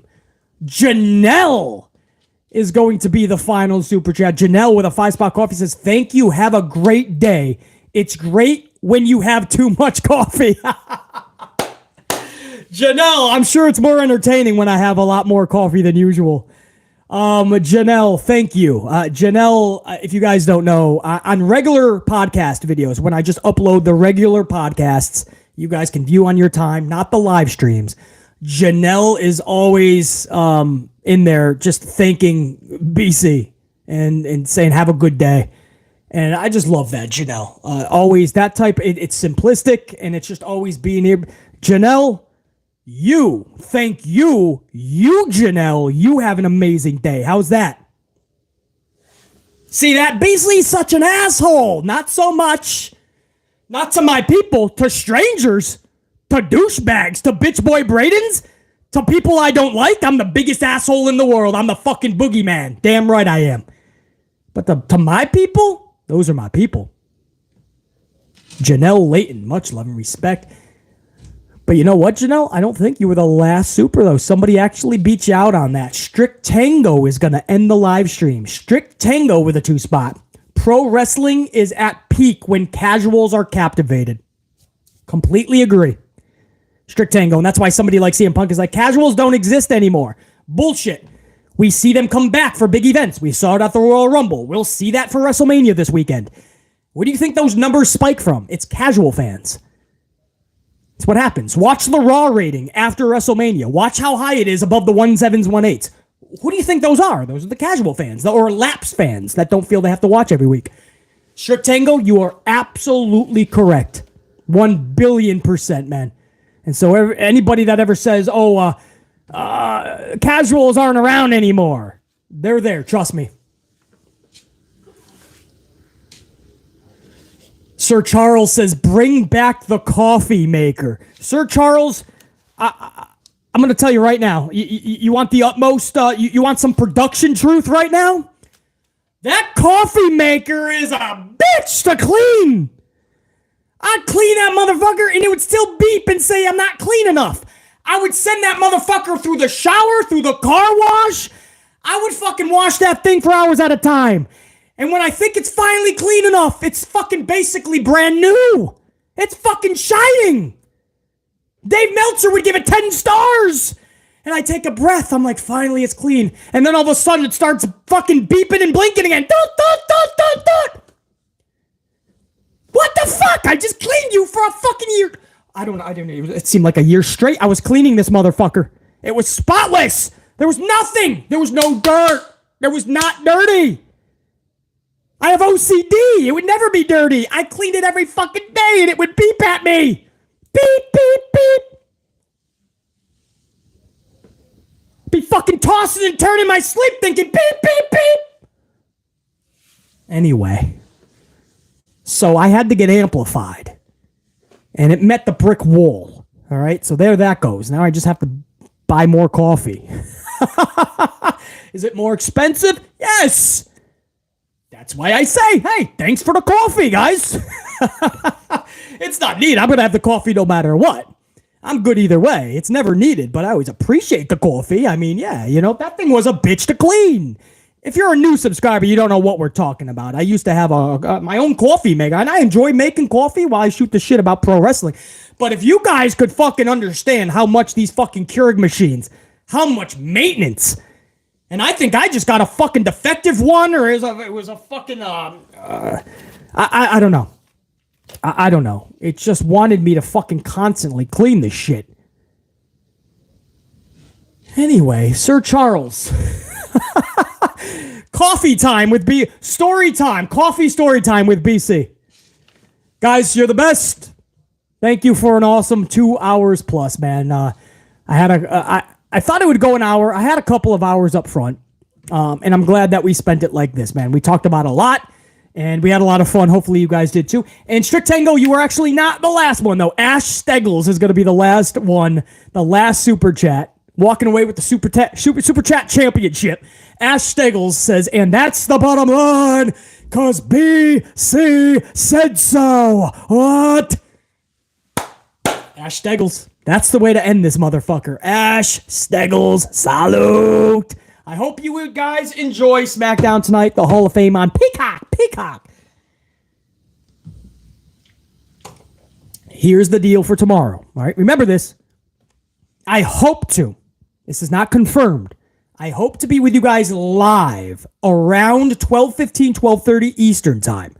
I'm going to give you guys my SmackDown review, my thoughts on the Hall of Fame, and that will lead us into 1 p.m. Eastern time, which is the start of NXT Stand and Deliver, NXT's pay-per-view premium live event tomorrow. So in other words, I want to be live for at least an hour with you guys. I want to go over the Raw review, thoughts on Hall of Fame, and cover a match, maybe 2 matches of NXT Stand and Deliver. So anybody that's available tomorrow afternoon, stop by the channel, even just to say hi. Maybe we'll drop a phenomenal forearm on the like button. But stop by, say what's up tomorrow afternoon. I could be live. Tomorrow night, you have to stop by the channel. After every match, at least, on WrestleMania, because we are going to have... This motherfucker will be lit up, and we will start the process of determining if WrestleMania 39 is good, bad, or ugly. So that's how we're doing it, guys. Thank you so much. What an amazing fucking stream. All because of you guys, man. Get that on too, man. What the fuck? There we go. Oh, hold on. Wait a second.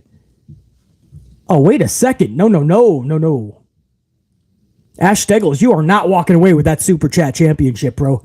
No, Janelle Layton took that title from you, bro. BC, get a bun coffee maker. What's a bun coffee maker? Is that easier to clean? Come with Alexa's buns? Just kidding. Janelle, I'll look into a cleaner version of it. Janelle Layton, I'll look into that, man. Is that like a brand? A bun coffee maker. Sounds pretty fucking sexy, actually. Janelle, much love and respect. Jane Donnelly, $3.99 on a coffee. Literally a coffee emoji. Just throwing a coffee at the channel. Throwing a coffee at BC. Jane, I appreciate that. Big time, Jane. JR9 Gaming. This is fitting that JR9's taken off with that Super Chat Championship. Ladies, ladder match will kick off Stand and Deliver. Bro, that is huge. Now I have to cover this. My girl Roxy? Are you telling me my girl Roxy? Bun is an actual brand, Janelle says in James. Okay, I got to check into that. We'll see how the cleaning is. Maybe BC can return the coffee machine. HBK has confirmed the women's ladder match is kicking off Stand and Deliver. I wanted to cover the first match with you guys. I get to cover Roxy, my gal. JR9, I think we got to do this, man. If there's any way I can move some things around, I will be live during the afternoon. Jane Donnelly, 199 says, course I finished work at the end of the stream. At least you got the Super Chat Championship till tomorrow, bro. Jane, I appreciate it, man. I hope you crushed work. I'm glad that this is at least going to be up for you. You can check it out afterwards. And this will be up, man. Check it out. We had 2 hours of just craziness. BC had a lot of coffee. It was a little more wild than usual. But Jane Donnelly, even though you came in toward the end, man, we felt your love and respect throughout the entire stream. Jane, you were actually the first Super Chat before you went back to work. So we were giving you a shout out even before. Guys, thank you so much, man. Johnny Thunder, pile driver finisher. Gold status, by the way.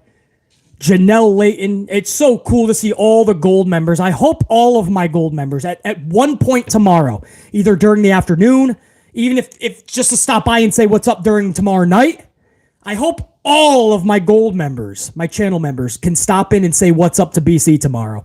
I'm going to be working my ass off for you guys. I hope you guys can at least say what's up. It would be nice to see all my gold members tomorrow.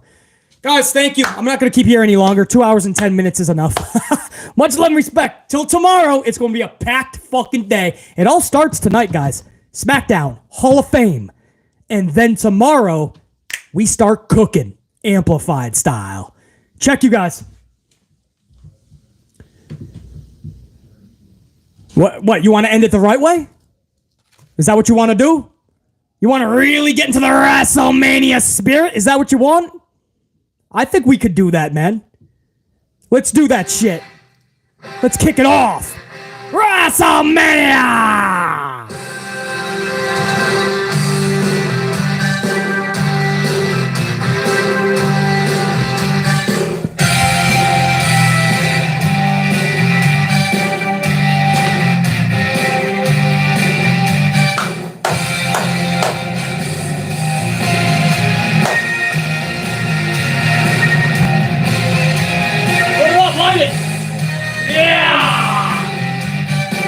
Big set reveal! It's the set reveal!